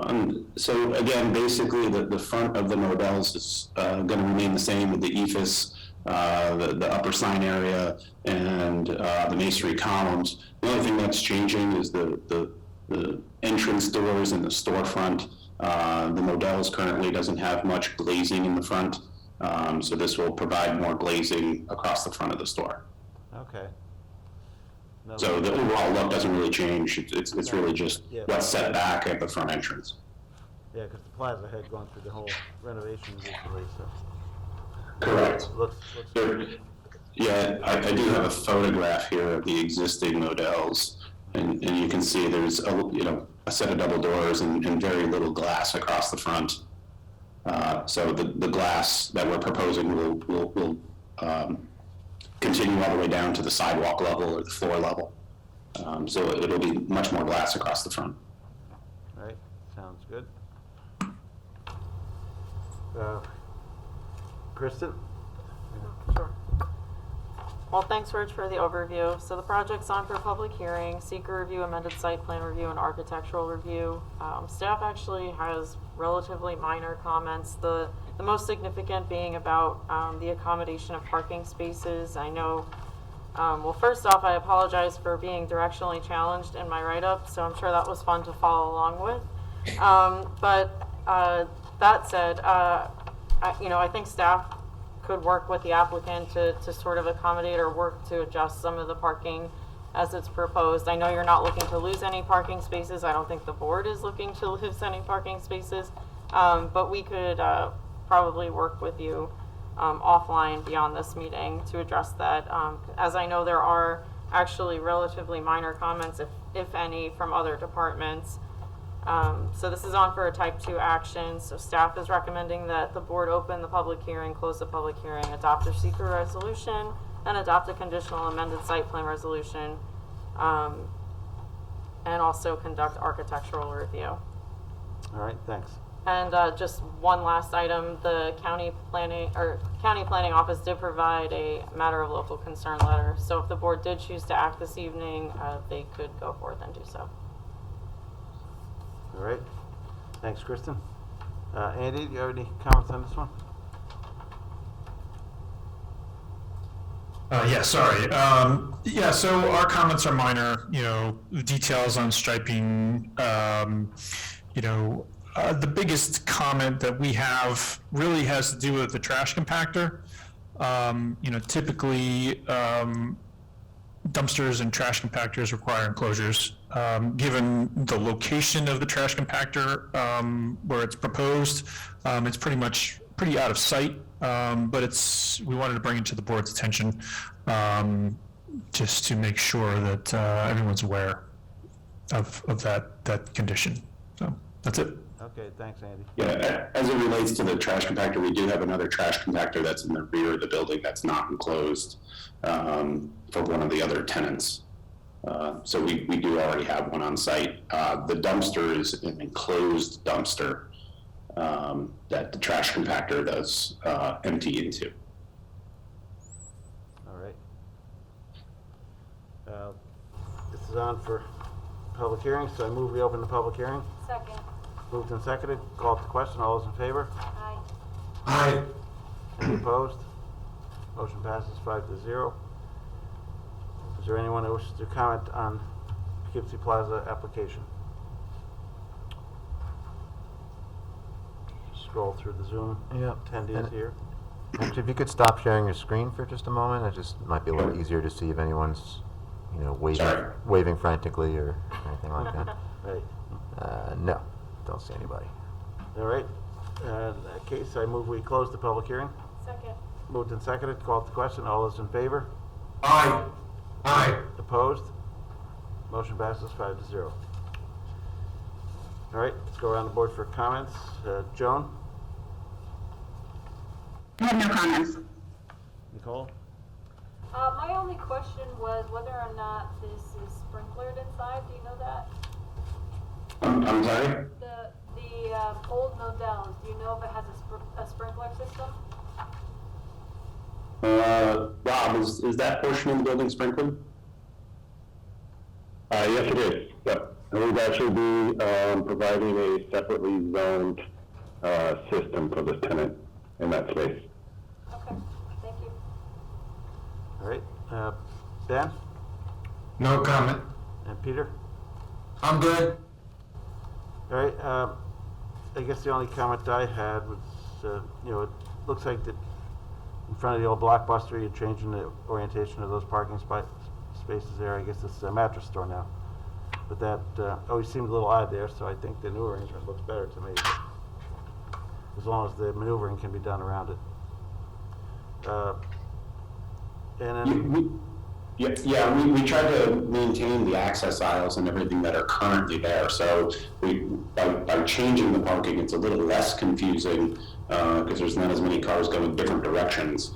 And we actually provided a little additional space for the right-hand turn on the south entrance in that area. So we actually, I think, made the maneuvering a little cleaner and a little easier.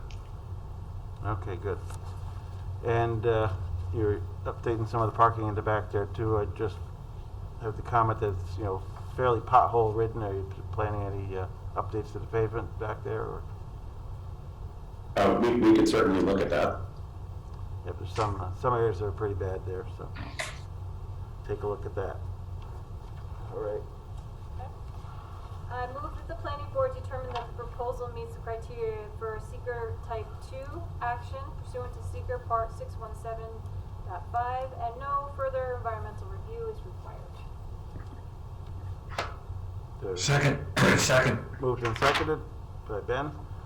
Call for the question by roll call. Peter? Aye. Ben? Aye. Nicole? Aye. Joan? Aye. Myself, aye. Motion passes 5-0. Move that the planning board grant conditional amended site plan approval for Poughkeepsie Plaza amended site plan subject to the following. Respond to comments of the planning board and those received from town departments and agencies, and said response to be reviewed by the planning department as to adequacy and completeness inclusive of but not limited to the following 1 through 8. Can I add to look at the paving? And 9 to look at the potholes in the back. Second. Moved and seconded. Call to question by roll call. Peter? Aye. Ben? Aye. Nicole? Aye. Joan? Aye. Myself, aye. Motion passes 5-0. And you already showed us the architecture. Anybody have any comments on that? No. Minor changes? I move we accept architecture as presented. Second. Moved and seconded. Call to question. Peter? Aye. Ben? Aye. Nicole? Aye. Joan? Aye. Myself, aye. Motion passes 5-0. All right. Good luck with the new tenant. Thank you. Thank you. Thank you.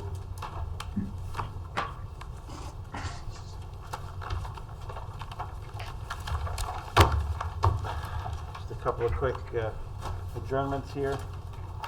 Arlington Farms, I move we adjourn to February 17th, 2022. Second.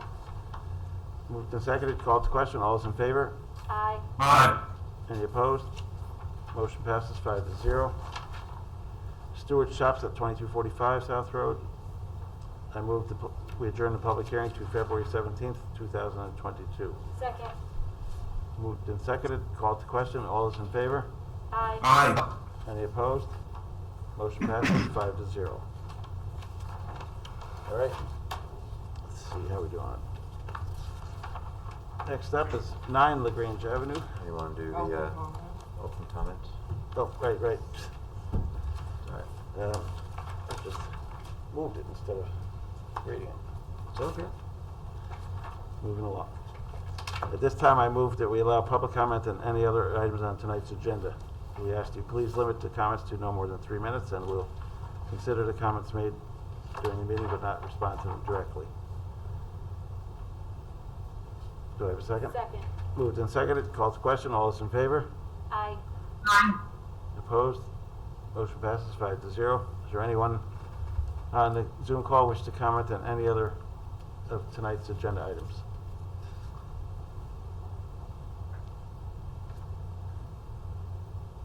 Quick scroll through. Yeah, looks. Seeing none, I move we resume the meeting. Second. Moved and seconded. Called to question. All those in favor? Aye. Aye. Any opposed? Opposed? No. Motion passes 5-0. Now on to 9 LaGrange Ave. Good evening, it's Rich Tompkins again, Maury Architects. Okay. So, I guess a brief overview of this project. It's an existing 2-family residence. We are proposing to convert that to a 3-family with a small addition on the second floor over the first floor roof area. That would include increasing the parking in the rear of the main building.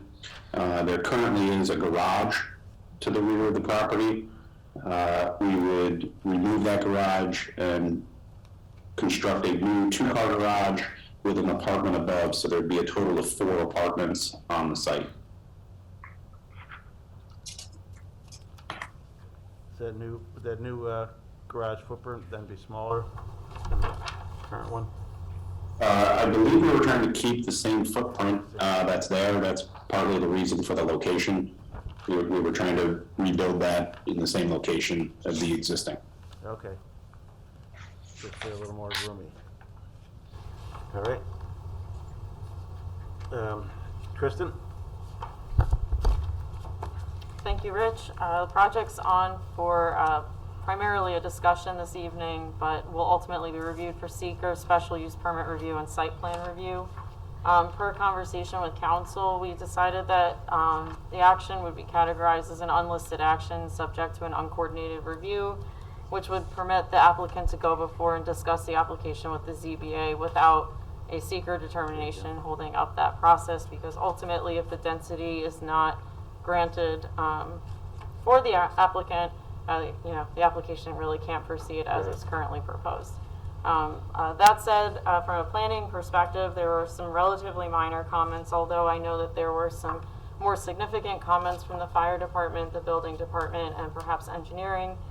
But for this evening, staff is recommending that the applicant, the planning board discuss with the applicant any concerns or questions they might have and defer action with comments.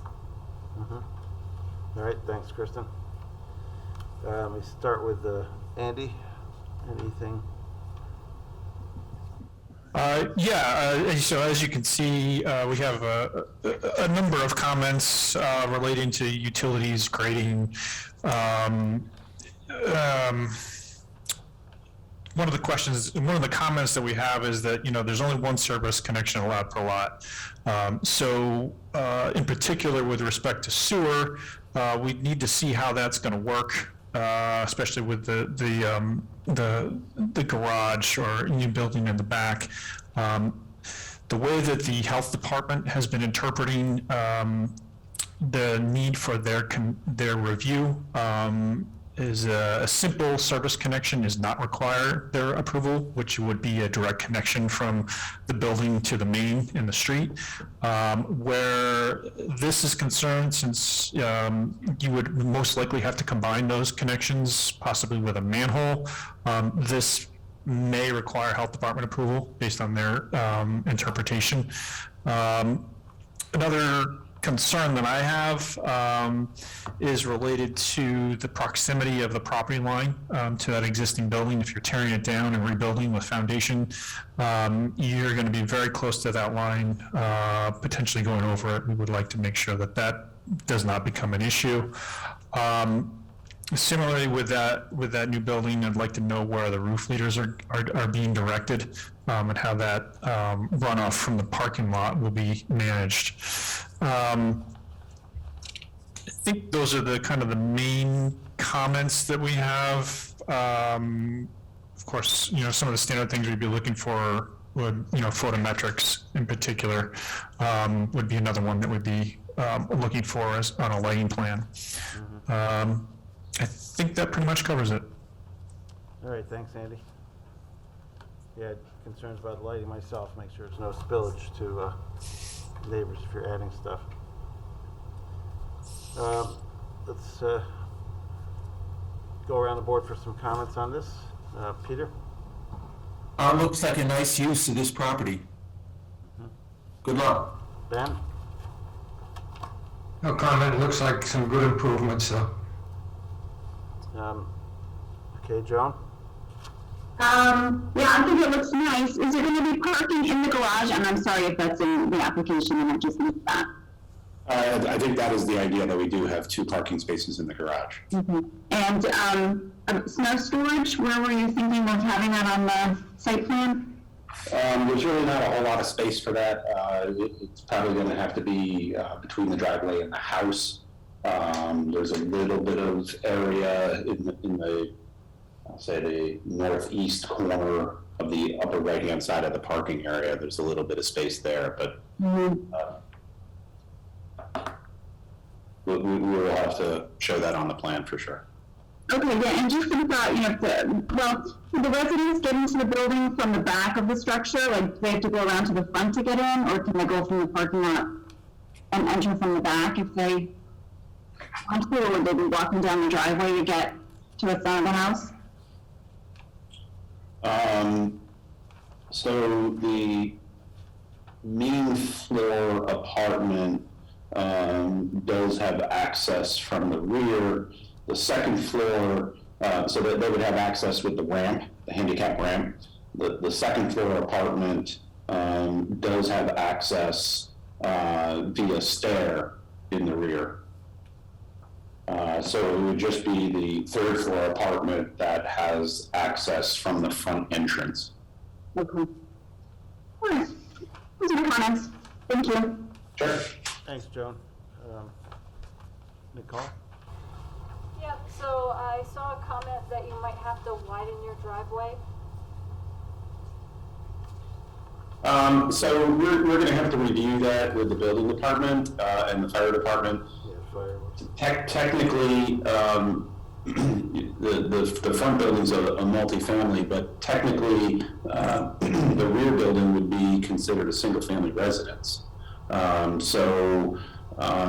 I'm not sure if the code sections that they're referring to apply necessarily to the single-family residence that's in the rear.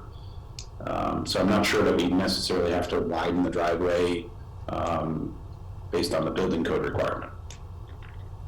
Okay.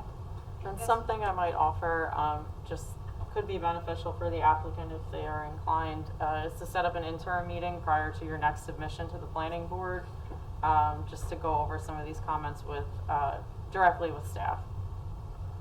Okay. Yeah, I think that's it. I see you might need some variances, but other than that, it looks good. All right, I guess my comments, you know, snow removal also, you gotta make sure you make a plan to cart it off site if there's a big snowstorm, because you don't have enough storage. You plan to sprinkle these buildings at all for fire? So again, I think the plan right now, because it's a three-family, we're in the commercial code, the front building would be sprinklered, and it's also 3-story. The rear building, I don't believe that there's a plan to sprinkle that right now. Again, that would fall under the residential building code, and it's just one unit. All right. And again, as Kristen mentioned, the fire department will be weighing in on those meetings. I think my biggest concern is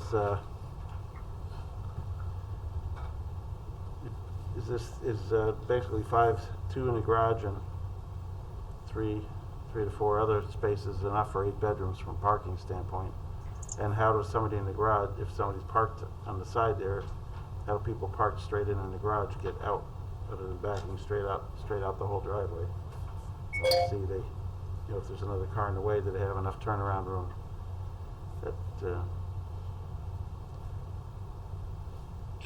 Yeah, I think that the way that the existing driveway is laid out now, they would back out of the driveway, they would back out of the garage, and I'm not sure that there's enough maneuvering space on the existing driveway to turn out. So I believe that they would back up onto the street the way they are now. The layout that we have for the proposed garage is the 2 garage doors are shifted to the left or to the west side, so that it would be a little bit more of a straight backup out of the garage bay down the driveway. Mm-hmm. All right, so if you have 8 tenants here, or 8 bedrooms, I guess, how many units is it total? So 4 units total. 4 units, 8 bedrooms, okay. So I guess I worry if that's enough parking, but there's some on-street parking in this area as well. There is, yes. All right, that's my comments for now.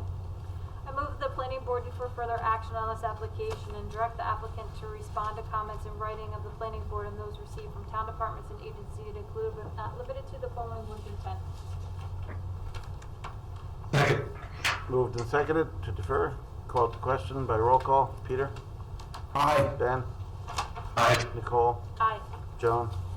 Aye. Myself, aye. Motion passes 5-0. All right, good luck. I mean, we're packing a lot into this site, but apartments are needed, so we'll see how Okay, great, that thank moves you. forward.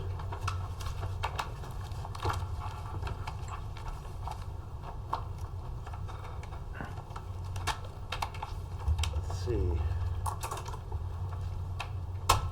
Next up, Central Hudson. Transmission line. Who's here representing Central Hudson tonight? Good evening. My name's Anthony Miranda with Cuddy and Fader, here for Central Hudson tonight. And joining me is Brian Domisco from Central Hudson and Greg Liberman from EDR. Evening. Hope everyone's doing well. I have this nagging cough for like 3 weeks, so I apologize if I go into a fit or have to mute myself. So thank you for having us. We're pleased to be here tonight. The agenda identifies we're here regarding a Central Hudson transmission line replacement project. We'll provide you with an initial overview, and Brian will walk you through a few slides to give you a description of it. By way of background, we filed our application for site plan approval in December. Excuse me. The key takeaways for the project is, and we certainly don't want to simplify an otherwise complex project sometimes, but it is relatively straightforward in that it's a one-for-one pole replacement in the same location as an existing right-of-way. That right-of-way runs, the majority of it runs in the town of Wappinger, but crosses over into the town of Poughkeepsie for a portion. So the replacement work will be all within that existing cleared right-of-way in generally the same location as the poles are there today. Brian will explain to you that there's some infrastructure cleanup. In other words, there's a few extra poles that'll be taken out and some line work that'll be taken out to help streamline the right-of-way as well. But Brian will walk you further into that. As I mentioned, the project is in both towns, the town of Poughkeepsie and the town of Wappinger. The majority of it is in the town of Wappinger. Coincidentally, we were in the town of Wappinger last night. We filed with them in December as well. Their meeting came up first, and we appeared before them last evening as well, which we can touch on as we get to the end of the presentation. At this point, I'll hand it over to Brian to walk you through. All right, great. Thank you, Anthony. Just by way of introduction, I am the project manager for this project with Central Hudson Gas and Electric.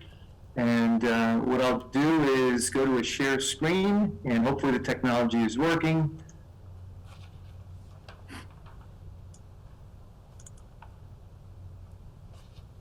Okay. Can everybody see that screen? Yes. Okay. See if I can go to, okay, the slideshow's not working, so I'll just use my cursor. Okay, terrific. So as Anthony mentioned, we're here to discuss the KM line.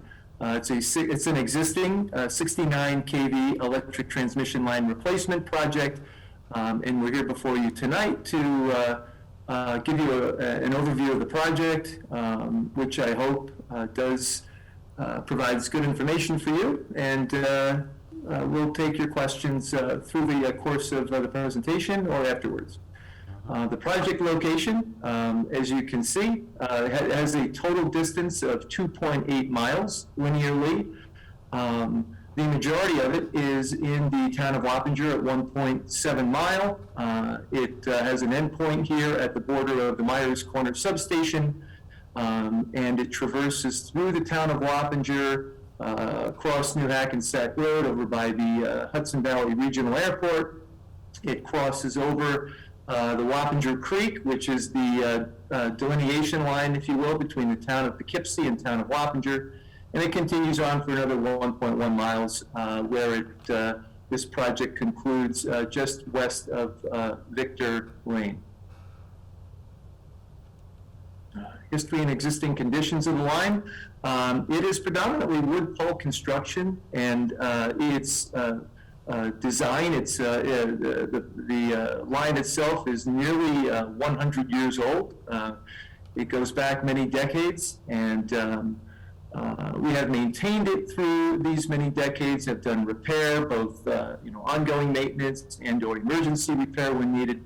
But as time marches on, field inspections have identified significant amount of long-term degradation of these wood poles and the old conductor wire, old copper conductor wire. And there is a point, at this point, the overall infrastructure is reaching the end of its useful life. The existing design doesn't meet current standards as well, because as you might imagine, when this line was constructed and built and designed, it was from pre-existing standards, much different than what we have today. And so Central Hudson, as you know, we are obligated to maintain our electric infrastructure, including our electric transmission lines. And so it does need to be replaced. And by replacing this line, we are able to use and apply current construction standards for this line. And with that, replacing the line and, of course, using current construction codes and standards, we're able to maintain reliable electric delivery. We certainly don't want to wait for problems to worsen and create other issues that none of us wants to deal with when we can avoid that. We can replace this line. We'll increase the storm hardening capacity of the line by virtue of the structure of steel using steel poles and better conductor wire by today's standards.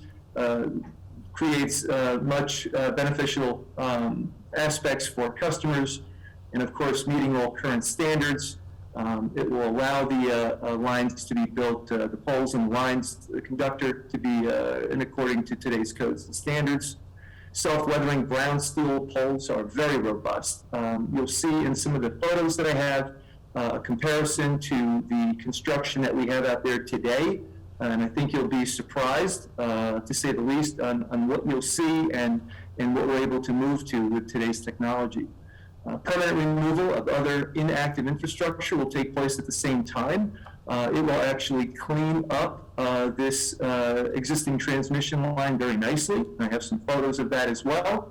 We'll be within the existing right-of-way. It's essentially a pole-for-pole location replacement. We're staying as close as we can with the existing infrastructure with where we're at, so that will keep us right in line with how that line runs currently, and we'll stay at 69 kV. What you're seeing here is a comparison of some information that I want to share with you. The KM line in and of itself, in its entirety, we have 49 pole locations, as I showed you on the map, over that 2.8 mile traverse. Over the entirety of that line, the average pole height of existing pole locations is about 54.5 feet. The maximum pole height is 78 feet. Minimum pole height is currently 33.5 feet. The replacement pole locations, again, we're 1 for 1, would be 49. The average pole height would increase slightly by about 5 feet, up to 59.5 feet on average. The maximum pole height would be 81.5 feet, about a 3.5 foot increase. Minimum pole height would increase by about 3 feet, from 33.5 to 36.5. From that entirety of the line, you can see the subset down below there for the town of Poughkeepsie. Of those 49 pole locations, there are 20 pole locations. The other 29 are in the town of Wappinger. The existing average pole height, about 53 feet. The replacement average pole height would increase slightly to 57.5 foot, about a 4.5 foot increase. Maximum pole height currently is 70 foot. It would decrease to 68 feet, a decrease of 2 feet with the replacement. And the minimum pole height would increase slightly by a 1.5 foot, from 39.5 feet to 41 feet. So that is the subset for town of Poughkeepsie. This is a sampling of some of the KM line pole degradation that we currently have on the line. There are really what I'll call two flavors of degradation here. Pole top degradation, weather, year-round weather impact, and so UV, sleet, rain, snow, sunlight impact. You can see how that creates a degradation impact on our wooden pole infrastructure. You're also seeing in the top right, and then on this top left photo, these are woodpecker holes. We are seeing and incurring more and more damage from wildlife, namely woodpeckers. And once they start and put a hole in there, weather itself will continue to aggravate and degrade the pole. So you can see that we've got some conditions here that really need to be addressed. Same thing here, again, some more pole degradation just across the line. What we're looking at here is a comparative view, existing pole and existing KM line pole. This is in the town of Poughkeepsie on the left side. And you can see that we've got the KM line there currently on that wood pole. Those cross arms actually have some retired infrastructure on the other side. And then what you can see in the middle and on the right side are the replacement steel brown poles that would be in its place as part of the replacement project. So, as I said, it cleans up very nicely. We can remove permanently some of that retired infrastructure, and the new KM line would look very much like what you see there on that right side photo, sort of an aerial view. This is also in town of Poughkeepsie. This is, you can see 3 pole locations, and again, we would be retiring some permanently, some retired infrastructure. We would replace the KM line, and so these 3 structures here each would look like the middle pole that you see, and on the right side as well. So that would clean up nicely as well, and would be in about the same location. Couple of shots here. This and the next one on the town of Poughkeepsie. This is over by the airport, and this is a case where again we would clean up nicely, but we would retain this pole location with this structure type that you see here on the right to match to the left, but it would be much cleaner with just the KM line. And this is over by New Hackensack Road by the airport, town of Wappinger as well, where we would bring this down to a 2-pole location at this location as opposed to the 3 poles that you see. My last slide, our plan schedule, permit application submission, as you know, occurred in December 2021. Once we hopefully are approved with our project and all permitting is in place, we would plan on starting in the August-September timeframe of this year. We would project that the project would be in service by the end of the year, December 2022, weather permitting. We're always careful and cautious that weather can impact, and it has impacted us on other projects. Sometimes we send crews out of state to assist with other storms, such as Hurricane Ida down south back in last August. However, this is what we are projecting at this point and planning for. Final restoration work will be completed thereafter in the winter-spring timeframe of 2023. And that basically concludes my presentation. All right, thanks, Brian. Thanks, Brian. You're welcome. Kristen, what's the department's take? Brian, do you want to stop sharing your screen? Yes, let me see if I can. So the application's on for seeker review, site plan review, and floodplain development permit review. As the applicant pointed out, this application, the town of Wappinger has actually circulated already. There's a copy that was circulated via email today, but also passed out to Carl and Nicole here in person. For town of Wappinger, planning board, lead agency intent. The town of Poughkeepsie would still remain an involved agency. I have provided a background section in your staff report, much to that end of what Brian just presented to you. to try and draw your attention to some of the highlights of the project and application.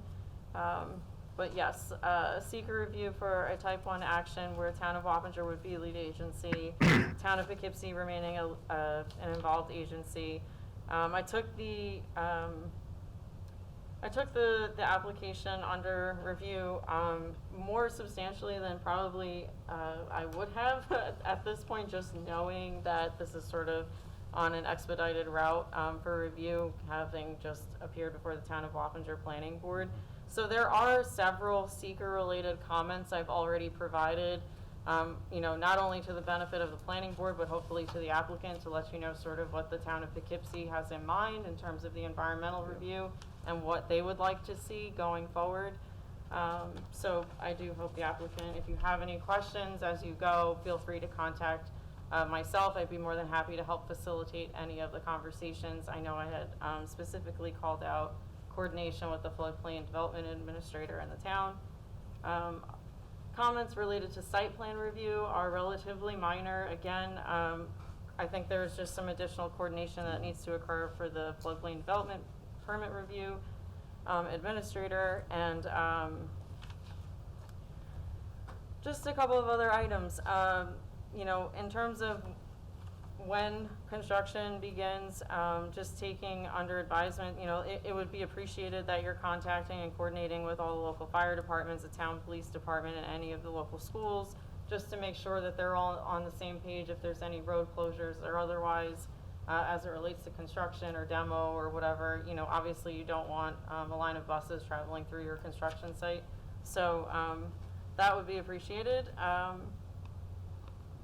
And otherwise, staff's recommending the adoption of what I'm calling the alternate seeker lead agency consent resolution, and deferring further action with comments, as the planning board will not be able to act further on the application until the environmental review is complete with the Town of Wappinger. And to that end, the Town of Wappinger, or any submission made to the Town of Wappinger, I would assume there's going to be some communication, and the planning board, or at least at minimum, staff would be reviewing and able to pass along materials as they come in. All right, thanks, Kristen. Andy, do you have any comments at this time? We just have, most of our comments are related to erosion control measures. There's very little for us to comment on at the moment. One question that does occur to me, and I wonder if the applicant can kind of elaborate on it. There's several poles that are located in the floodplain. We'd asked about foundation designs. I'm just wondering if you can talk about any differences in the design of those flow foundations, or the installation of those poles that might be different in the floodplain compared to other locations. Yeah, I'm happy to speak to that, Andy. This is Greg Liberman from EDR. I'm not aware of any difference related to those particular poles due to flooding issues. If poles are located directly within water bodies or within wetlands, many times there'll be a concrete caisson foundation, but that's not the case here. These are in the upland areas. These are the two poles in question are in the back of the Stanley Stowe Park, kind of behind the woodlot and behind the ball field, well within the uplands. And at those locations, the installation method here is it's a multiplier. It's a 10% direct embed of the pole with a qualifier for various conditions. So if the entire length of the pole is, say, 70 feet, 10% will be direct is 7 foot plus a qualifier maybe of 2 to 4 feet. So there'll be a direct embed pretty deep in the ground. And given the operational or the lack of operational issues at those pole locations, which they've been there for some time, I don't anticipate that there'll be any need for any additional anti-flotation or anything like that, given the level of direct embed that they're going to be installed with. Okay, great, thank you. Assuming you don't hit solid rock. Let's see. All right, we'll go around. Thanks, Andy. We'll go around the board for comments. Start with Nicole this time. Will you be taking down any trees? Sorry, I couldn't hear that. Oh, sorry, Greg, go ahead. Will we be taking down any trees? Yes. It's already a maintained right of way, so all the work will be located within the existing maintained right of way. No tree clearing is proposed. Okay. And what about the poles? Are they going to include any lighting? Yeah, you got it. Yeah, so no lighting is anticipated. We are still in final coordination with the FAA for a pole located at the base of the runway. But a final determination will be made ultimately by the FAA. But at this time, we don't know how that's going to resolve. Okay, thank you. And it's so, just more importantly for the town's benefit, that is not in the town of Poughkeepsie. So the poles that are in the town of Poughkeepsie, there will be no lighting proposed. Correct. Thank you. Anthony just kicked me virtually. Yeah, I was like. I said that. What I don't like about Zoom meetings, right? And Greg is right, we're just working with FAA right now on just the pole location at the foot of the runway, which is on airport property, but everything that we have for town of Poughkeepsie, we've already gotten those determinations, so there is no lighting requirement on those determinations. I know that that was something I flagged in my review. I was just making sure because I know that these poles do run, you know, through and by around single-family homes. So that was the rationale behind my questioning of it. So that clarifies that. Understood. Thank you. Yeah, near the airport might need a beacon light, but that's for Wappingers to worry about. And it's pretty well lit over there already with a variety of lighting. All right. Joan, do you have anything? Don't. I just want to thank the applicant for the overview. All right.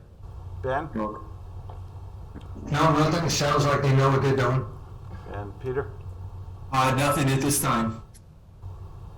All right. I guess, Brian, can you comment on why the poles are a little bit higher? Is that just because of new standards or just the way it worked out? Well, that's exactly right. It's today's current codes and standards. What we need to do is make sure that we meet the standards for ground to conductor clearance, and then there's also clearance between the conductor wires themselves. So today's standards have all of that in place, which raises it a little higher and keeps it in a better position operationally, and it also is part of good storm hardening quality as well. Okay, yeah, less more out of the way of tree branches. Yeah, we do have to keep the right-of-ways cleared, but you're absolutely right. And this will just maintain in furtherance of good, reliable, safe electric, for the community that we serve, which is town of Poughkeepsie and both town of Wappinger here. And my couple more questions I have is, the rendering on, I think it's page 14. No, it's all the page. I can't see the page number, but the aerial renderings, the NAP substation shows the old substation. I was curious where this line meets into the new substation, on the east side or on the north side? So, good. Go ahead, Greg. Yeah, so this particular project doesn't go, the pole replacements of this particular project stop to the northeast of the Knapp's Corner substation.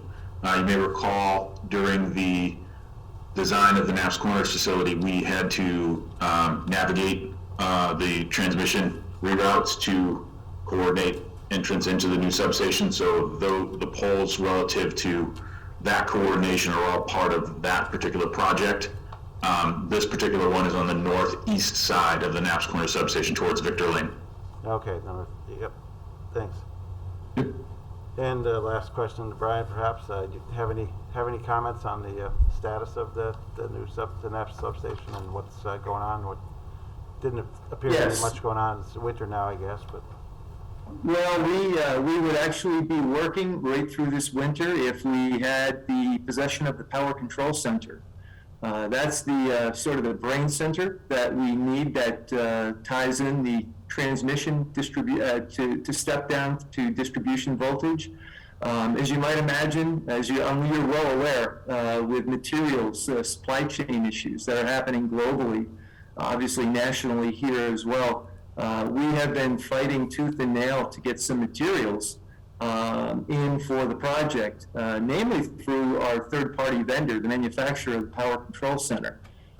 So we've had some relaying and some instrumentation and now control cable that have been on back order through that manufacturer. And we have been helping out as much as we can to expedite delivery of certain components and equipment to get that completed, tested, and delivered. Two of the three have been solved, the instrumentation and relaying equipment. We are now down to control cable, trying to expedite that and get that over to the manufacturer unless they can get it first.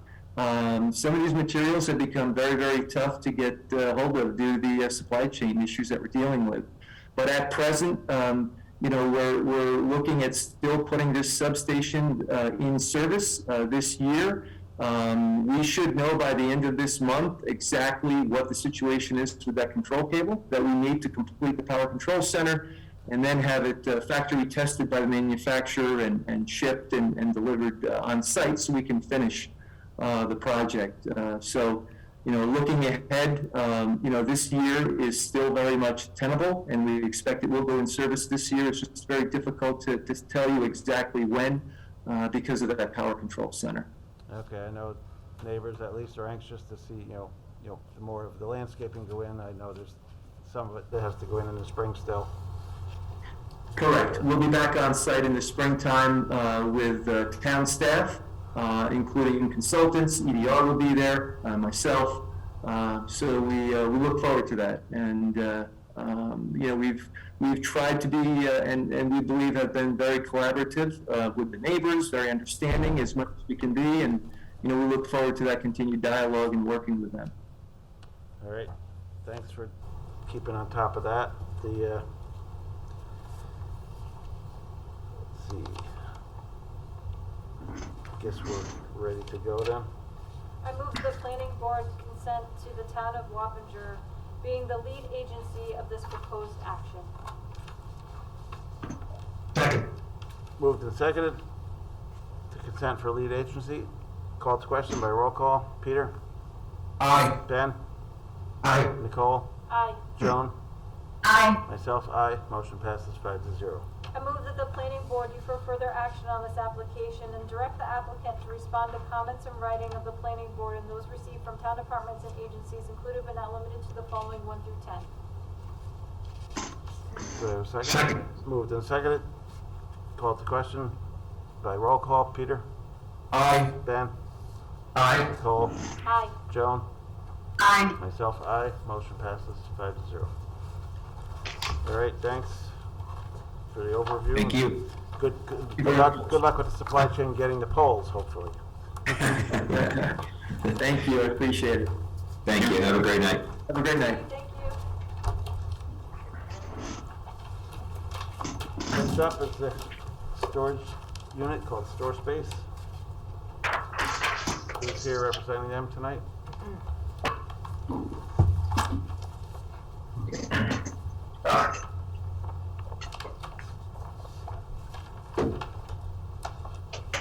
I think it's Mike and Sabrina. Mike, okay. You guys are muted if Mike you want. Ritchie. Yeah, there we go. There we go. Hi, good evening. My name is Mike Ritchie from Costage Engineering, here representing Store Space. Sabrina Pernalette and I believe Ed Moran are also on Zoom. The goal of this meeting, we wanted to introduce the project to you, hopefully start off the secret process.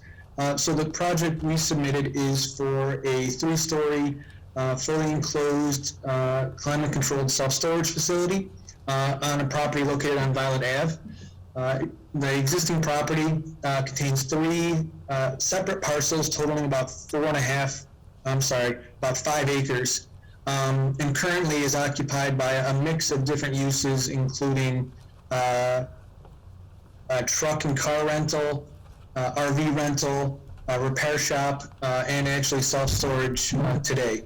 So the plan would be to purchase those properties, demolish everything that's on site today, and make one cohesive, clean development owned and operated by Store Space. So the project that we submitted, and can I share my screen with you? Yes. Yep, that'd be good. So as you see here, this is the landscape plan, which gives a pretty good layout of the site and the landscaping, proposing a total of 42 parking spaces as currently shown, with some pretty intensive landscaping along the front, as well as some in the rear to provide buffering to the rail trail. Let's go up to the grading plan. Just one load. So you can see here is the grading plan. Obviously, the site slopes from Violet Ave down to the rail trail with all the runoff draining to the rail trail. We are proposing to, one, intercept some runoff on the north side of Violet Ave from another development, bypass it through the site, and discharge it to the southeast corner where there's currently an existing swale and culvert pipe that goes under the rail trail. We're also proposing to reduce the amount of impervious cover on site from approximately 3 acres to about 1.5. So there'll be a pretty significant reduction in stormwater flows to the rail trail. As part of this project, as the site currently sits, it's more of in a low spot, so we're going to need some fill to make it work. So we are proposing a stormwater pond to use for on-site fills. The project will need to import a little bit more material to reach grades. So that's the grading plan. And you can see the utility plan. I'm going to just go up to the site plan and I'll touch on, I guess, some more pertinent site-related issues. So the property is currently zoned heavy industrial, and per our discussions with Kristen, it is an allowed use with a special use permit from the planning board, which we have applied for. As we understand, the project will require variances from the zoning board for the number of parking spaces and we are bordering a residential district along Violet Ave, and the code requires 150-foot setback. And due to the odd configuration of the lot where it kind of pinches down as you go west, and additionally, as you can hopefully see here, the town city line bisects the property. So as we currently have it laid out, the building is set entirely in the town of Poughkeepsie. A small amount of parking is shown in the city, but based on a conversation we had with Kristen and Mike Welty, we are taking in considerations from comments we received from the city to remove the parking completely from the city and potentially do what we can to shift the building further away from the city property. Let's see. We are planning to utilize an existing curb cut that is there today. And StoreSpace has done a number of these projects, and based in their experience, a site like this, although it is fairly large, will be a fairly small and low trip generator. And based on their current projects, they expect a maximum of 6 trips per hour. So we're hopeful that we'll actually have a reduction in the amount of trips that are there today.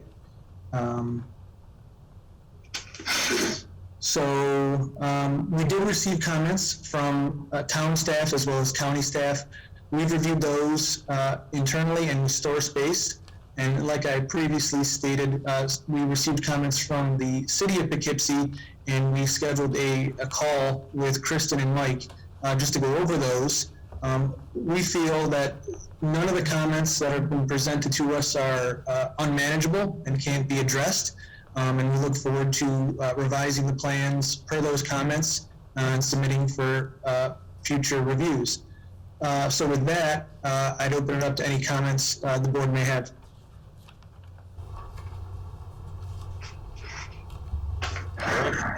Thank you. Kristen? Thank you, Mike, for the overview. The application is on for discussion with the planning board. It's on for seeker review, special use permit review, site plan review, and architectural review. It is a type 1 action subject to a coordinated review. So tonight, staff is recommending that the planning board circulate their lead agency intent to interested and involved agencies.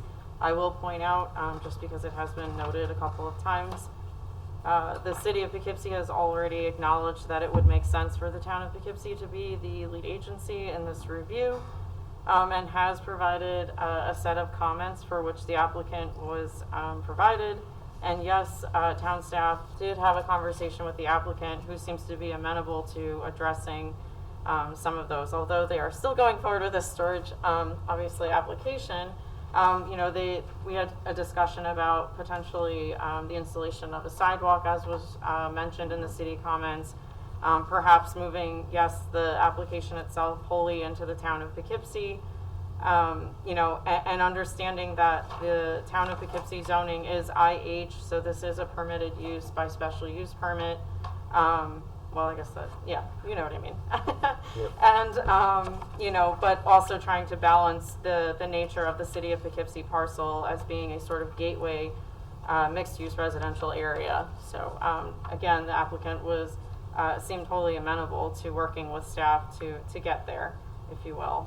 So back to seeker, there are a couple of comments in my review just about required consultation that we'll be looking for from New York State Parks. Department of Public Works should definitely be looped in. I know we've had preliminary review comments provided and have passed them on to the applicant. Town staff also recommends, sooner than later, that consultation and coordination with Dutchess County Department of Health. We might actually also need to be incorporating the city of Poughkeepsie engineering staff and any county engineering, but we'll get there.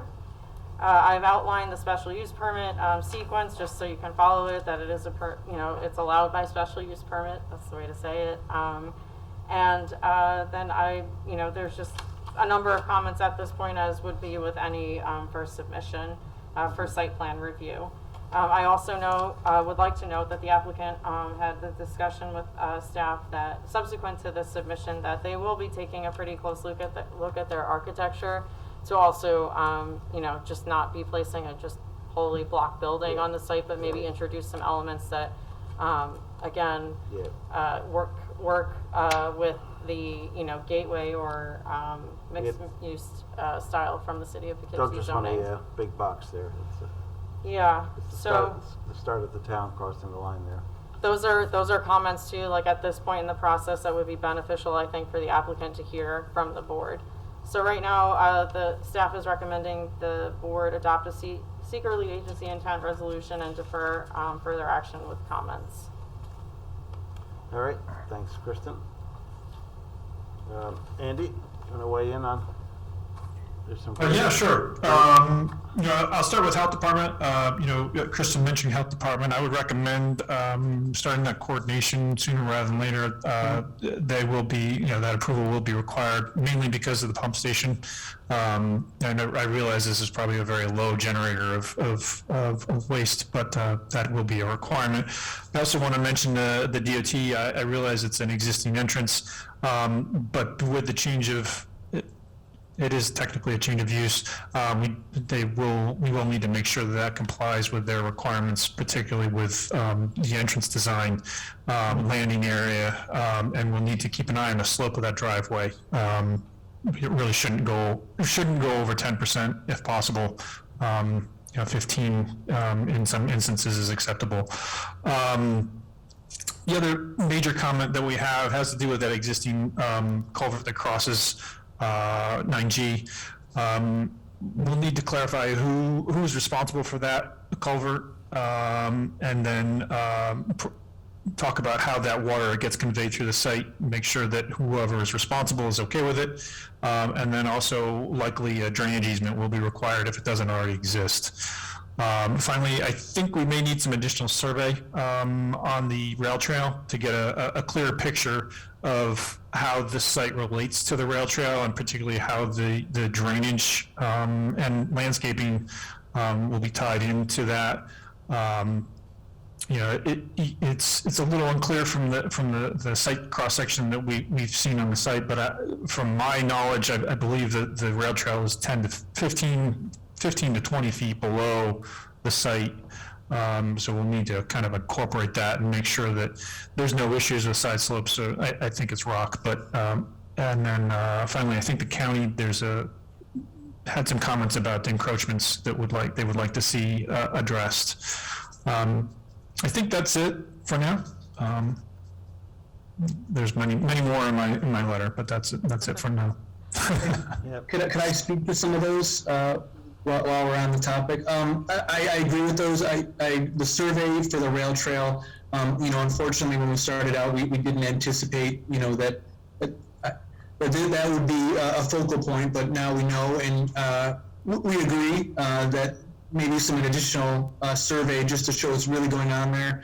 I did see plans provided by Dutchess County from when the rail trail was designed, and it does appear to be considerably lower than what we had anticipated to be based on the available LiDAR topography that we had. So we'll take a look at that. It's not, currently we're not proposing any disturbances off the property or in the county right away, but again, just a clear understanding of where that embankment slope may be and make sure that we're not inadvertently causing any negative issues. So we can look into that. And then in terms of off-site drainage that's running through the site, we agree we need to make sure we account for that correctly. We don't want to have any, create any upstream drainage issues across the street or, create any issues to the south of us as well. So we'll look to bypass that around our site, to the satisfaction of the town and county on that. And then we do agree we do need to submit to DOT, get their input on the geometry of the driveway. I guess my statement was more that, there is an existing curb cut, so it shouldn't be an issue of obtaining one. It's just more or less going through the process and doing it the way they want to see it. So overall, like I said, there are some technical items that need to be resolved. I don't feel that that can't be achieved with just enough communication between ourselves and staff. All right. Sounds good. Let's go around the board for comments on this. Peter?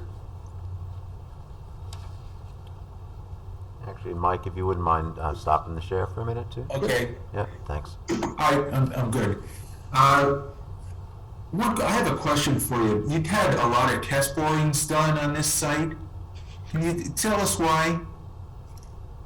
Just out of due diligence, just to make sure, because we were, bringing in a decent amount of material, and initially in the planning process, there was thought of potentially having a walkout basement, and if that were the case, groundwater and bedrock would obviously be of a bigger concern. Since then, we've gone away from that because groundwater is, say, 5 or 6 feet below the surface, where that could be potentially an issue if a basement were introduced. So that's the reason. Also, just from, earthwork standpoint, if bedrock were high, that could impact our numbers, and just trying to know what's going on at the site so we can properly design it. All right, Andy, did you have an opportunity to review those samples from the borings? Anything there looked unusual to you? I'll be honest, we didn't get into it that much this time around, but we'll definitely look at it for future submissions. Great, thank you. Sure. That's all I have. All right. Ben? You said you're taking over the space that has the RV rental and the repair shop in the back, right? Correct. What about budget truck rental? Is that going to stay or go?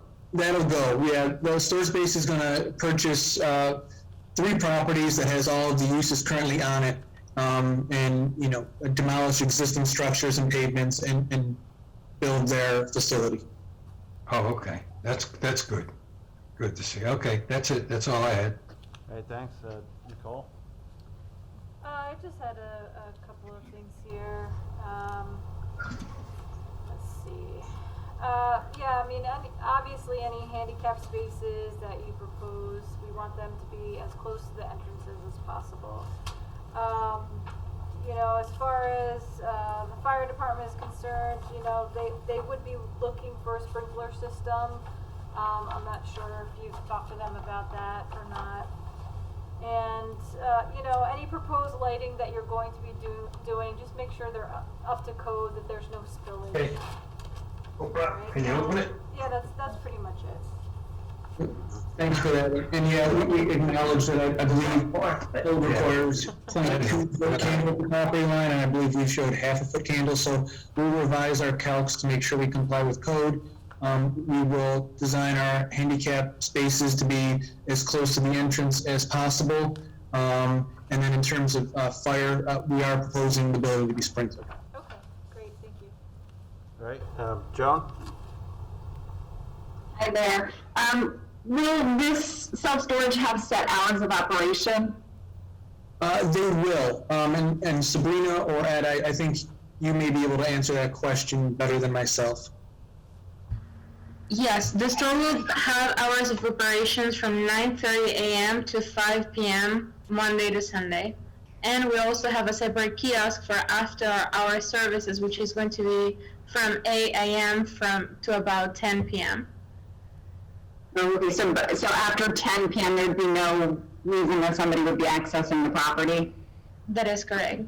Mm-hmm. And I don't know whether the board will get into this later today or at another meeting, but as far as the architecture is concerned, yeah, I would like to see something more reflective of the area. I recognize it's a self-storage, but a lot of times self-storage kind of tries to blend into the surroundings a little bit more than Absolutely. It does. Yes. We will be more than happy to incorporate the changes. Typically, how we handle the developments is that it blends with the aesthetic of the cities. Of course, we don't want to pop and make sure that we're like a dot in the middle of the map.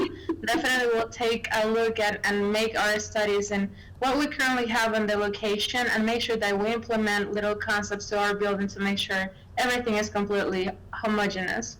Thank you. That's it. Yeah, you might want to there's a lot of new apartments across the street under construction. You might want to look at some elements there to reflect. All right, my comments are,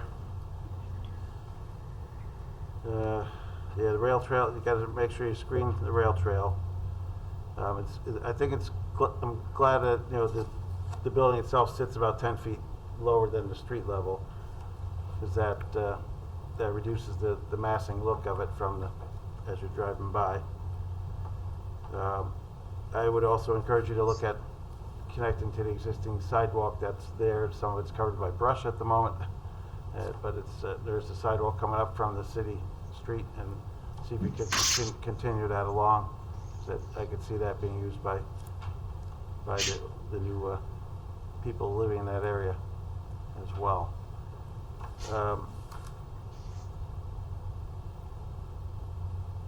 Lastly, we have to trying to keep out of the city parcel completely. I mean, maybe you don't have to purchase that city parcel even if you can stay out of it completely and avoid dealing with that, since they prohibits the storage units on their parcel. Something to consider. We will certainly look into that and do what we can to get any improvements off of the city parcel.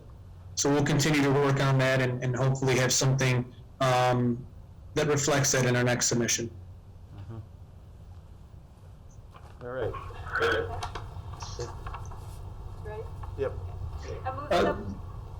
I'm sorry, just before I didn't know when to bring it up, but there is one thing that we would like to, I guess, get input from the board on, and I know it may be difficult at the first meeting, but StoreSpace is looking to move forward with this project and obviously purchase the property. And in part of their negotiations, they want to have a feeling of whether or not this is a project that the town will support, pending that we work with town and county staff to address comments, and meet in the middle on certain conditions. But they're looking for, I can't say you can give an assurance, but some level of comfort that the town is in support of this project, pending that we work through specific items to your satisfaction. I don't know if the board would be willing, just in a statement to discuss that, or if it's too early to bring that up. I mean, it is a use that can be granted in to the zone. So it's, you're not trying to put this in a residential zone or something. So it's,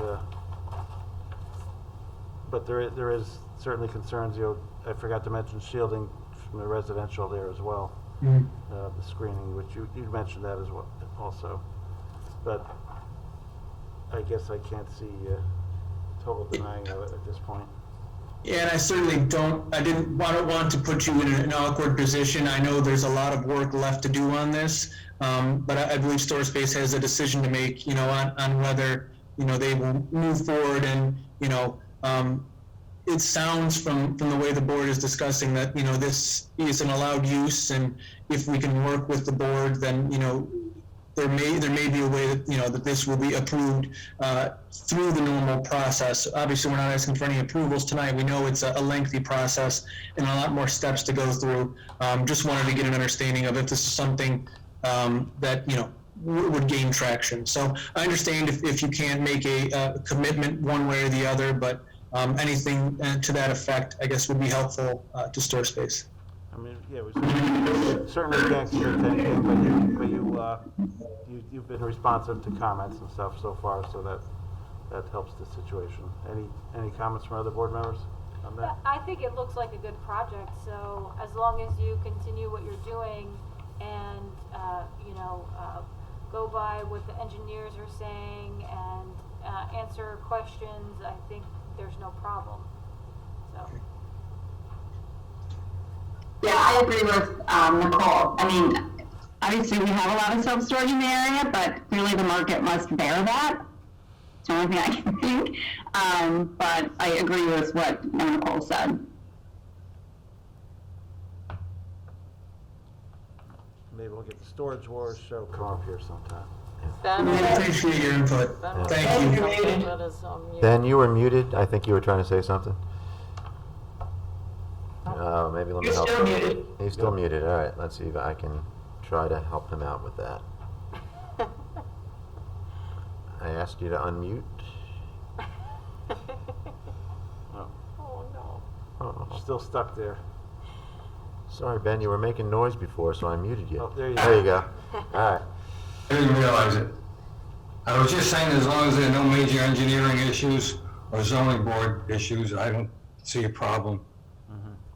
Yeah, you still have to look at those variances and such. All right. All right, I move that the planning board declare its intent for lead agency to coordinate the environmental review of the proposed project as a type 1 action, and authorize the planning department circulation of a notice of said intent dated January 20th, 2022, a copy of the EAF, and a copy of the application to the identified interested and involved agencies. Second. Moved and seconded by Ben. Call the question by roll call. Peter? Aye. Ben? Aye. Nicole? Aye. Joan? Aye. Myself, aye. Motion passes 5-0.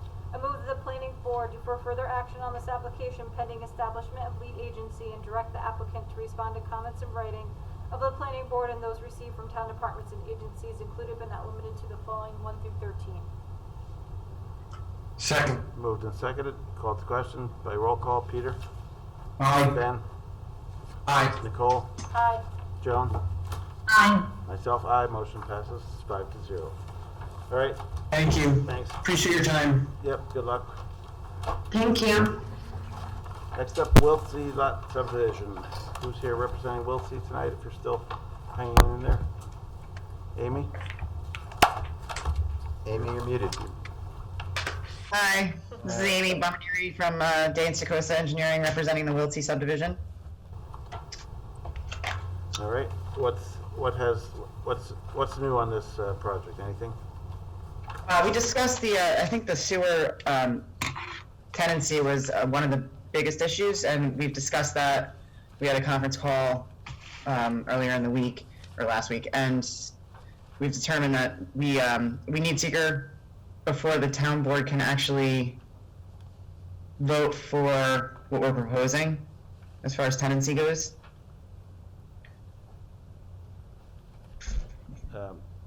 Okay.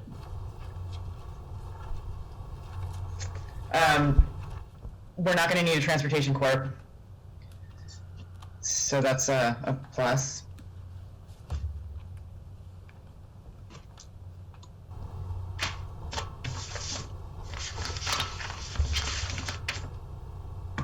We have the SWIP was prepared and submitted. We had a meeting with the highway department, and then as far as Mark Freifel was concerned. We have additional information that was submitted for the EAF and resource analysis. And and we updated, clarified a number of items on the plan. All right. Eric? Sure. Let's see, the application is on for seeker review and a preliminary major subdivision for lot review. There's still a number of comments outstanding with a lot of technical comments, but substantive as well. Amy mentioned the sewer, that's correct. They can't go to the town board until the planning board has completed seeker review. The engineer and planning have raised some questions about the sewer alignment for the existing house, and one of the proposed houses is proposed to go through an adjacent lot. So there's questions about that, and there's a potential shorter route to Oldfield Road for that. We've asked them to evaluate. We had a meeting last Tuesday where we reviewed a lot of comments, and I think the applicant has a good understanding of what information needs to be provided for next time to perhaps proceed with a public hearing, and perhaps even seeker. There's a couple of items for the board's information. There's the property it butts the town property with a big water tank. There are some encroachments proposed for removal. There's some additional encroachments apparently from this lot. And they were asked to survey that, show their locations and how they're going to dispose of those. And there's a tree preservation area on the adjacent lot where the pump sewer alignment was proposed. They'll need to address that. Yeah. So they've got a number of things yet to address, but we're optimistic that it can move forward.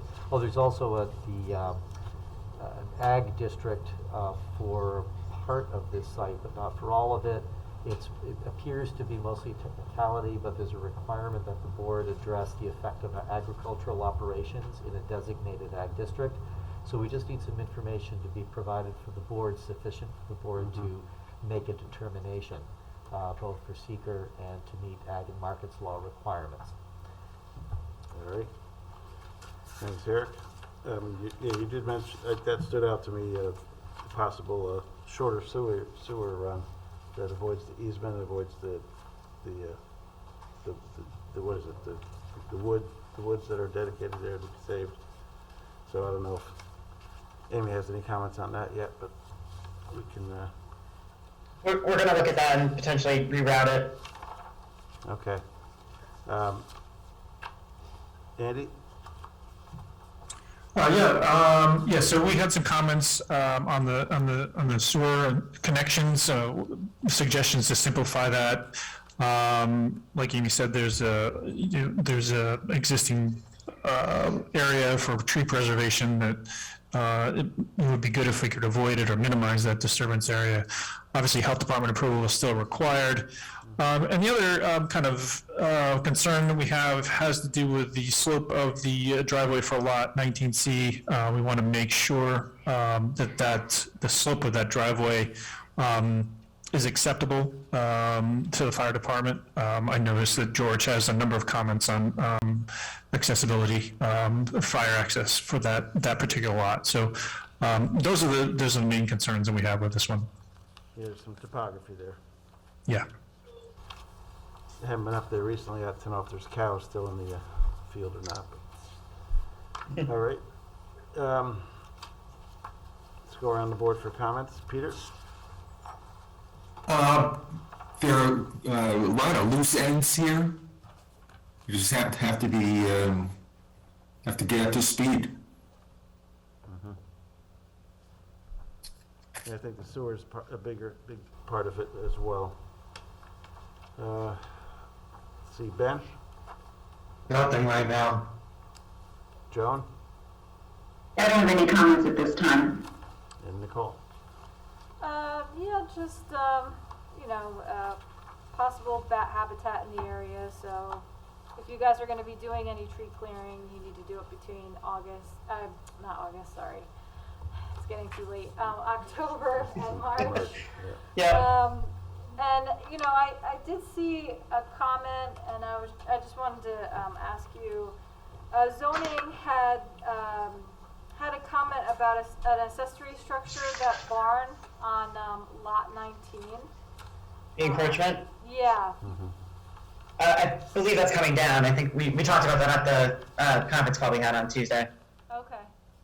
So it's actually coming down, so that's not even a problem anymore. Is that, am I remembering that correctly? Does anybody?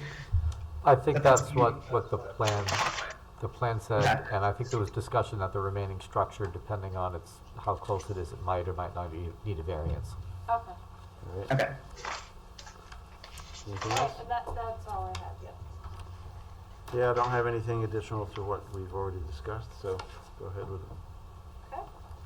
All right, so I move that the planning board defer further action on this application, subject to the following.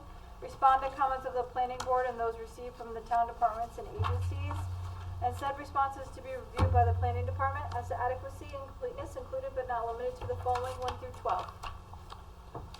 Second. Moved and seconded, called to question by roll call. Peter?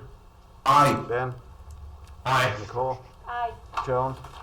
Aye. Myself, aye. Motion passes 5-0. All right, good luck figuring out the sewer alignment and other. I just have one question. If we submit for the March meeting, can we request at that time, when we submit, that it be scheduled for a public hearing? If we have time to advertise and all the technical stuff? Yeah. Okay. Well, I mean, we'll make that determination on receipt of the application, but, I mean, if we dealt with things as we discussed in our meetings, it should be ready. You know, we would expect the submittal to be up and ready for a public hearing. Yep. Okay, great. Thanks a lot. All right, take care. Have a good night. Have a good night. You too, thanks. Okay, next up is the Rogers lot line revision. Who's here representing that? Good evening, Mr. Chairman. Mike Bodmer, Hudson Land Design Engineers. I'm sitting in for Dan Fuller tonight, who's engineer for the applicant, and I believe I am joined by one of the applicants as well via Zoom. This proposal calls for a simple lot line realignment between two existing residential lots located in the hamlet of New Hamburg. I'm going to go ahead and just share my screen while I talk about this. So, the two existing residential lots, lot 1 is this lot here, 18 Main Street. Yep. Lot 2 is 20 Main Street. The existing lot line to be extinguished follows this here. Okay. The new lot line would be this bold line and would continue all the way down to the south end. Some more, As stated in our cover letter, there is no physical alterations to the property. However, the health department would be involved in this. They have asked for an additional 100% reserve area for lot 1, which would be this here. That's generally it. I'll be happy to answer any questions that the board may have. All right, thanks. Looks pretty straightforward. Kristen? Okay, thank you. Yep, this application's on for seeker review, coastal consistency review, and lot line revision review. The proposed action meets the criteria for a type 2 action. The applicant actually appeared before the board about a year ago, and we got partway through this review effort until they had to coordinate with Department of Health at the county, and so I know that review they have been actively involved in that review effort. And again, won't steal Andy's thunder here, but my comments are relatively minor. Staff is recommending adoption of a seeker resolution for a type 2 action, providing a determination for coastal consistency review, adopting a resolution to grant conditional lot line approval. I just would like to point out, just for the applicant's benefit, that there is, once a conditional approval is granted, a clock essentially does start. So as long as you feel confident that you'll be able to coordinate and work out any of the remaining details, we can go ahead with that approval. This also isn't to say that there isn't the ability to seek out an additional time extension for our town code under the conditional approval you would have received tonight. So I just wanted to make that clear on the record, although that sounds incredibly confusing unless you're embedded in the code like I am most days. But if you have any questions, you can always reach out. Okay, thank you. Thank you, yeah. we're aware of that, and we're okay with going ahead with that timeline. Great.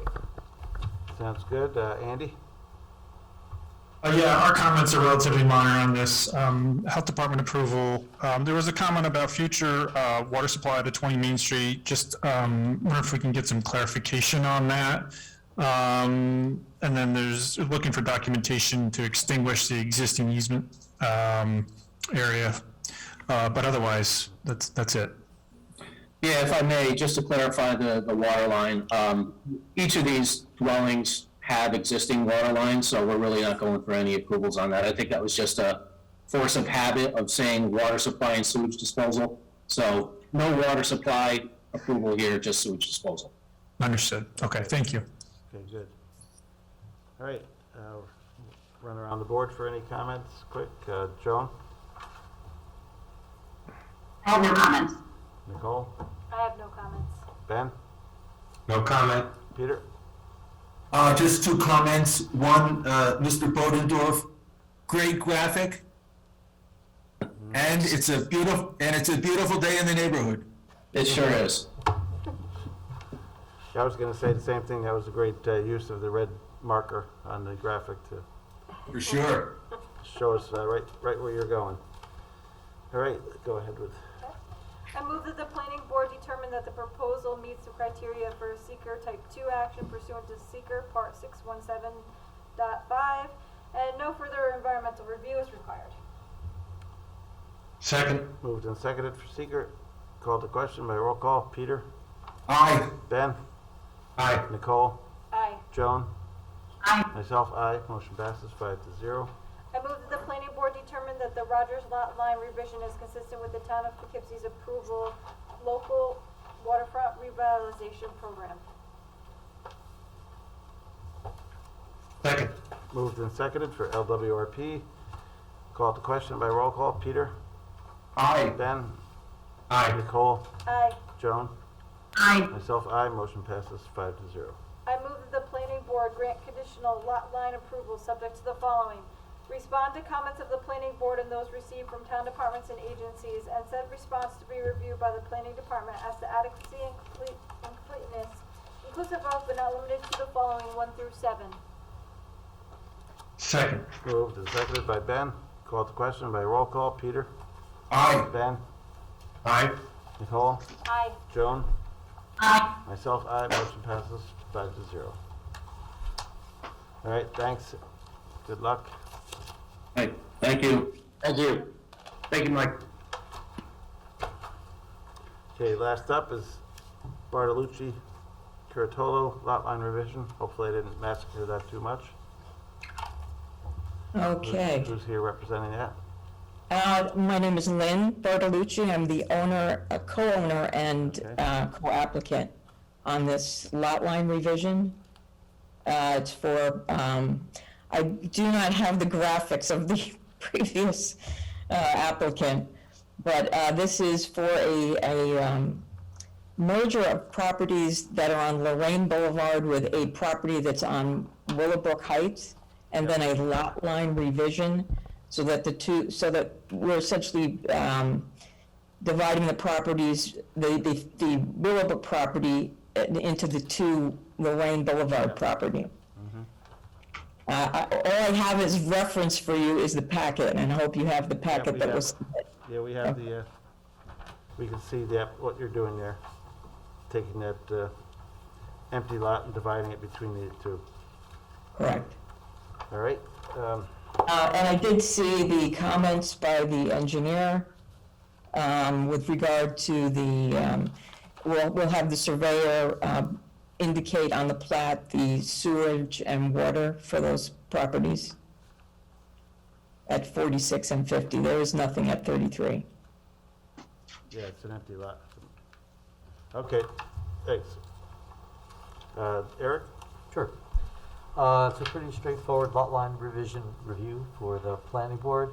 It is seeker type 2, no environmental review.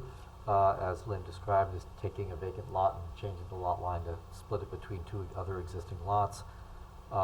Mostly our comments just revolve, I guess, a couple plan clarifications and the deeds that are required by the lot line revision section.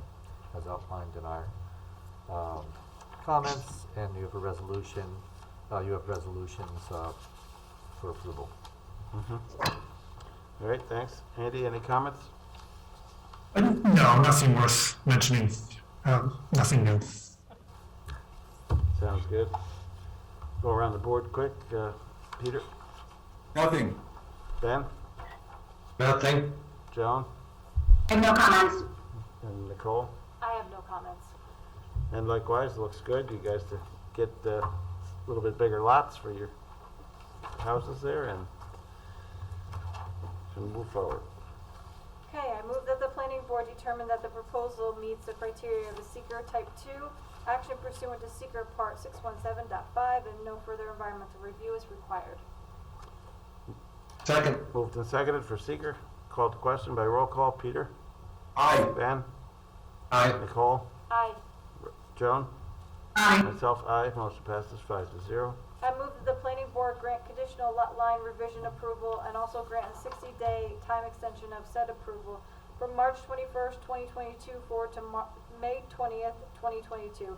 Subject to the following: respond to comments of the planning board and those received from town departments and agencies, and said response to be reviewed from the planning department as to adequacy and completeness inclusive of but not limited to the following 1 through 5.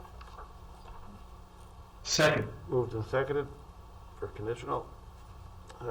Called the question by roll call. Peter? Aye. Ben? Aye. Nicole? Aye. Joan? Aye. Myself, aye. Motion passes 5-0. All right. Good luck, Lynn. All right, well, thank you very much.